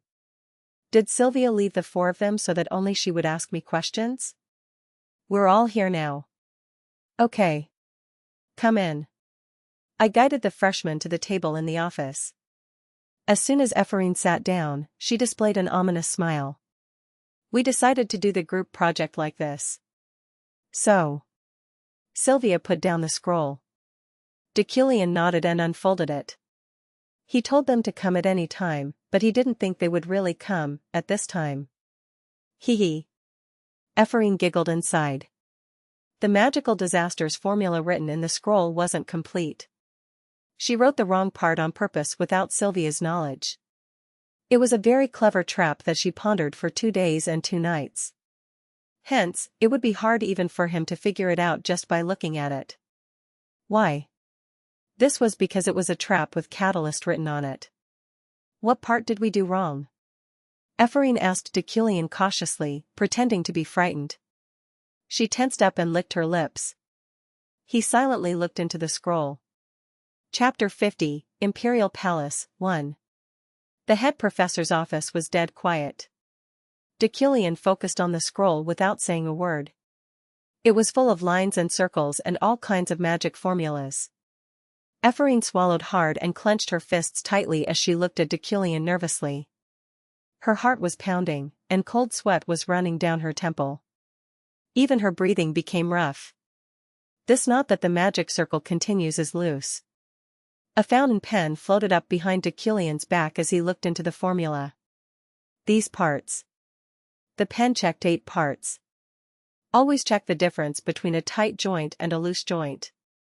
Sylvia compared with her eyes what he checked and what he didn't. There was a subtle but clear difference. Ephraim also took his advice seriously at this moment. The level of completion of the rest of your work isn't bad, Deculein nodded. At that moment, Ephraim felt a certain euphoria rising from the bottom of her chest. The rest wasn't bad. In other words, he didn't catch her trap. In fact, in a way, it was natural. Catalyst magic was the magic of engraving a formula on a catalyst in the first place. It was a kind of burden relief technique in which 70% of the formula was devoted to the catalyst, and the caster handled only the remaining 30%. In other words, 70% of the magic was hidden. I think you should keep going like this. Deculein didn't notice the existence of her trap until the end. Ephraim burst into laughter involuntarily. Ahahaha. With that laugh, he turned to her. She replied with a smile. Thank you, Professor. Now I feel relieved. If so, go now. Yes. She jumped up, a smile filling her face so wide her eyes were almost completely closed. Sylvia glared at her with her eyes narrowed, and soon the 5 of them left together. Arrogant Ephraim. Sorry. Even at Sylvia's words, she just smiled. The team members took the elevator down to the study room on the lower floor of the tower. Thanks to Sylvia's family name, the interior of the study room they got was very spacious and neat. Ephraim spread the scroll open on the large table. The professor is really awesome. It's not even half finished yet, but he determined our mistakes right away. Eurozan expressed his admiration. Yeah. I realized that as soon as he pointed out this joint. Dane replied. Hey, this is surprisingly fun. At first, I thought it would just be hard, but I really feel like I'm looking at the world magically. At their words, Sylvia laughed, mocking them. Looking at the world magically? The difference between their levels was so great that it was almost cute. It's like an eagle watching the caterpillars boasting about their antennae. No, Ephraim confidently shook her head. Deculein was wrong this time. Arrogant Ephraim. Sylvia scrunched her forehead as her eyebrows twitched, displaying her hostility. We made a bet, Sylvia. Do you remember it? Ephraim smiled a little and took out a mana stone from her pocket. Euros grew curious. Bet? What bet? Just something we did. Last week, Ephraim and Sylvia made a bet related to Deculein's skill while arguing at the Iliad mansion. Look. Ephraim took out the mana stone that she received as a reward from Deculein in a previous class. She efficiently used it by dividing it into quarters, then engraving a circuit on one of them. Like I told you last time, Ephraim placed the fragment with an engravement on the scroll and infused it with mana, turning it into a catalyst. Combining it with a subtle formula on the scroll, she triggered a reaction. He didn't notice my trap. Poof! A liquid gushed out and covered Ephraim's face. He didn't, even, notice my trap. Her words slowed down as she stumbled backward. The other members of their group just looked at her blankly. A sticky ink was on her face, including her teeth and her gums. Ouch! She then felt something burning. Ephraim floundered, breathing heavily, as her groupmates burst into laughter. Oh! Oh! Ouch! Hee hee. What's wrong Ifi, D does it hoo. Pant, pant, pant. Sylvia turned around. She didn't want to laugh, so she refused to look at Ephraim, but her nostrils and lips kept fluttering. It's hot. Ephraim placed a bowl on the ground, created water, and put her face in it. Burble. She stayed in that position for a while, raising her head only after the burning feeling went away. Pant. Pant. I'm dying. Sylvia smirked at her swollen lips and reddened eyes. Arrogant Ephraim. Look. Managing to open her eyes and look at where Sylvia pointed to, she found a sentence floating above the scroll. Your originality deserves a little praise. Damn, oh, no. No, it's starting to burn up again. Frowning, Ephraim put her face into the bowl of water once more, and Sylvia resumed working on their project. However, Sylvia had grown a little wary.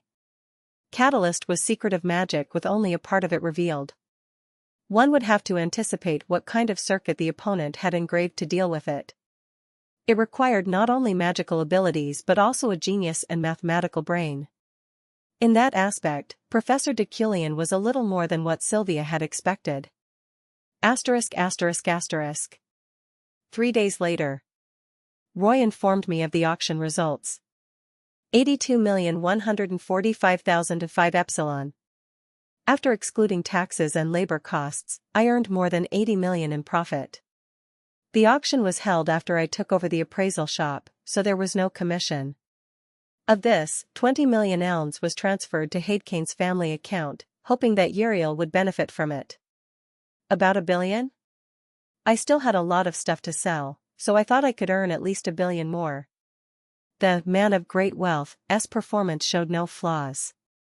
Satisfied, I sat down in my study chair and looked at the magic book again, which was so thick it looked like 3 or 4 books were put together. It was aptly titled Metal Enhancement. This was one of my efforts in upgrading psychokinesis. I lacked the knowledge and mana to understand the concept of metal enhancement in the past. After all, my magical knowledge and base qualities determined the amount of understanding mana consumption. For example, solving calculus with elementary school level knowledge would consume enormous mana, while having high school level knowledge would provide me a discount for it. In that sense, metal enhancement was medium-scale magic that required enormous mana and numerous magic formulas to cast. It was still too expensive and complicated because it was an enhancement-type magic, but metal enhancement was usually used for huge castle walls. Contrary to its seemingly simple name, it could be used as the final weapon for anti-aircraft attacks. Hence, it was impossible for me to understand the core circuit of this magic even after pouring out all my magical power, and I didn't even feel the need to do so.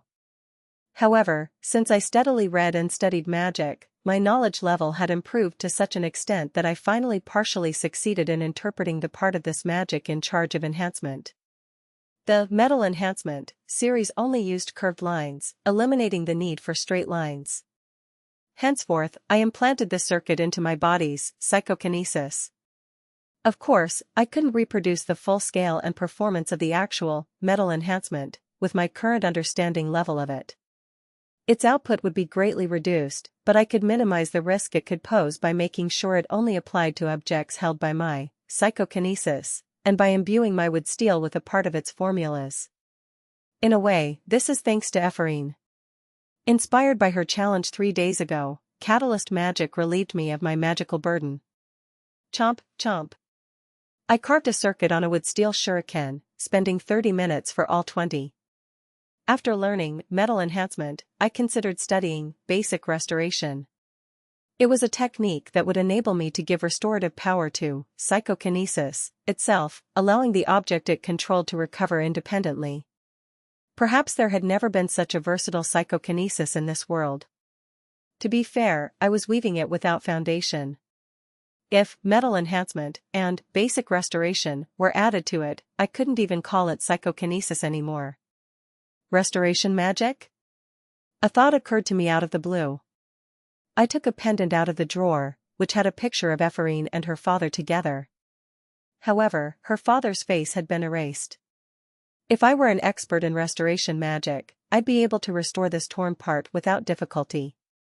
Of course, nothing would change even if I fixed it, but it's better than not doing it. Asterisk asterisk asterisk. The Imperial University Tower was the largest on the continent, with 101 floors above ground. Among them, the 80th floor and higher was referred to as the upper floors, where classified matters of the tower were conducted. Even its professors had different access rights to the upper floors depending on their rank. Okay. Now let's start the executive meeting of the Imperial University Tower. Its 91st floor, in particular, could be said to be its top floor. Several professors convened there today, using the entirety of it as a conference room. It was a regular meeting of the Magic Tower held every half year. But before that, let us first congratulate Professor Deculein for being chosen as the Imperial Palace's magic educator. Congratulations! The chairman looked at me and applauded. This meeting room was tiered according to rank, so the chairman was the highest, and I was directly below her. Clap, clap, clap. The other professors clapped as well. I simply nodded in response. Your work there starts tomorrow, right? Your achievement brings honor to our tower. Of course, Luina was also selected, but it doesn't matter. Anyway, let's start with our first agenda. The final exam. If the midterm exam was theoretical, the final exam was practical. Therefore, the tests of all lectures that weren't liberal arts mainly consisted of overcoming situations or proving one's magic skills. As you all well know, the previous emperor has sadly passed away, causing our schedule to be delayed a lot. In other words, we're running out of time. If you need to prepare a place, you should apply immediately. She essentially told us to start preparing for the exams immediately. Next, you know the agenda that was passed in Birch this time, right? Now, magic towers need to apply for demon purification. However, at the same time, we also received a request for support. Perhaps it's a bit of an urgent matter, considering the cathedral pinpointed head Professor Deculein and asked for his help. I looked at her without saying a word. The chairman laughed bashfully. It'll be okay, right? Side quest, demon purification support. Store currency +2. Yes. I agreed without hesitation. Rejecting it would be reckless. In the first place, demons were much easier to slay than beasts for me. Most wizards would feel the opposite. Moreover, the Mountain of Darkness, which has been closed, will now reopen as per the instructions that just came in. On that note, the Merrick will also begin next week. The professors let out a low sigh. The conservatives seemed a bit uncomfortable by the current situation, but they couldn't do anything about it. The emperor was a radical and fierce Lionheart, but she was also a secretive soul wrapped in a veil. Although contradictory, she could be either a villain or a good character depending on the player's inclinations. Again, this time, I did a financial evaluation of the professor's research projects, thesis work, etc., by dividing them into expenses and income. The meeting, no, the chairman's words continued one-sidedly as several charts hovered in the air. Yeriel, Latran, CRA, Forenza, Locan. The financial performance of the professors who had dozens of wizards under them didn't look good. As a side note, the new professors couldn't participate in this meeting due to their lack of rank. Except for Professor Deculein, whose research has been stalled for 3 years, everyone else's performance is below my expectations. Deculein had only been teaching for 3 years. I received half of my lecture fee, and the other half was donated to the university tower. The profits I brought far exceeded that of other professors. Chairman. I know it's rude, but our research is purely academic, so it's hard to judge just financially. Latran's cautious excuse was actually correct. Although I sometimes look down on them, the professors of the university tower, such as Yeriel, Latran, CRA, had achieved great academic achievements and continue to achieve more. However, the mana stones they consumed and the labor costs of the wizards under them were just too huge. Doesn't matter. Are you saying pure academics don't make money? Professor Deculein's midterm exam papers were pure academics, but they made huge profits. The chairman objected. I nodded quietly. So, to overcome this situation, this time we decided to reopen the Planning and Coordination Office after 5 years of its dormancy. I need to appoint a department head to it. Does anyone want to recommend or nominate? As soon as I heard that, I raised my hand. I'll take it. Professor Deculein? Yes. Planning and Coordination Office. To put it simply, it was a position that managed planning and budget, but I was looking at a higher place than that. I said recommend someone. Are you recommending yourself? I recommend Deculein von Greyhen Yukline. You're so shameless. Based on your charts, I'm the right fit too. The Planning and Coordination Office head's authority was, of course, powerful. However, my ultimate goal was to become the chairman of the Imperial University Tower. At that time, Adrienne's status would be upgraded to an archmage in a year at the most. Upon doing so, she'd vacate her current position. I would then ascend to the position of chairman, acquiring several rewards, including an additional 1,000 mana, for job bonuses. Is there anyone else who has any recommendations? I looked at the professors, glaring at them as domineeringly as possible. None of the professors came forward. By the way, you haven't conducted any research in the past 3 years. How can you judge someone else's research project? I can learn anything from practical research. Also, I don't know if I can say this is a study or not. I looked around the conference room and continued. And it's embarrassing, but I've been immersed in a symposium problem, focusing on solutions rather than research. Huh? Symposium? Yes. Then you haven't done any research yet because of that? I sighed softly and nodded. Not necessarily, but it's because I got momentarily interested. However, that problem is now on the verge of being resolved. The chairman then looked down at me with a strange face. Then, good. It's not the millennium, but still. If you can achieve that academic value and achievement, I will appoint you as the Planning and Coordination Office head. However, if you can't solve it, you'll be earning nothing but shame. ******. There have been rumors of such a thing in the Magic Tower. In the Imperial Palace's study room, Sofian received a report from the eunuch Jolong. Could he be the next chairman? Judging by his actions, he seems to be openly aiming for it. It seems unlikely, but his research is currently stagnant, so. The eunuch's ears were wide and detailed. He also had a cheap mouth or spoke like a knight, making him a convenient toy depending on who he conversed with. With the value of solving a symposium problem and the status of Yukline combined, it will be easy for him to become the head of the Planning and Coordination Office. However, becoming a chair is an entirely different story. Your Majesty's permission will also be required for it.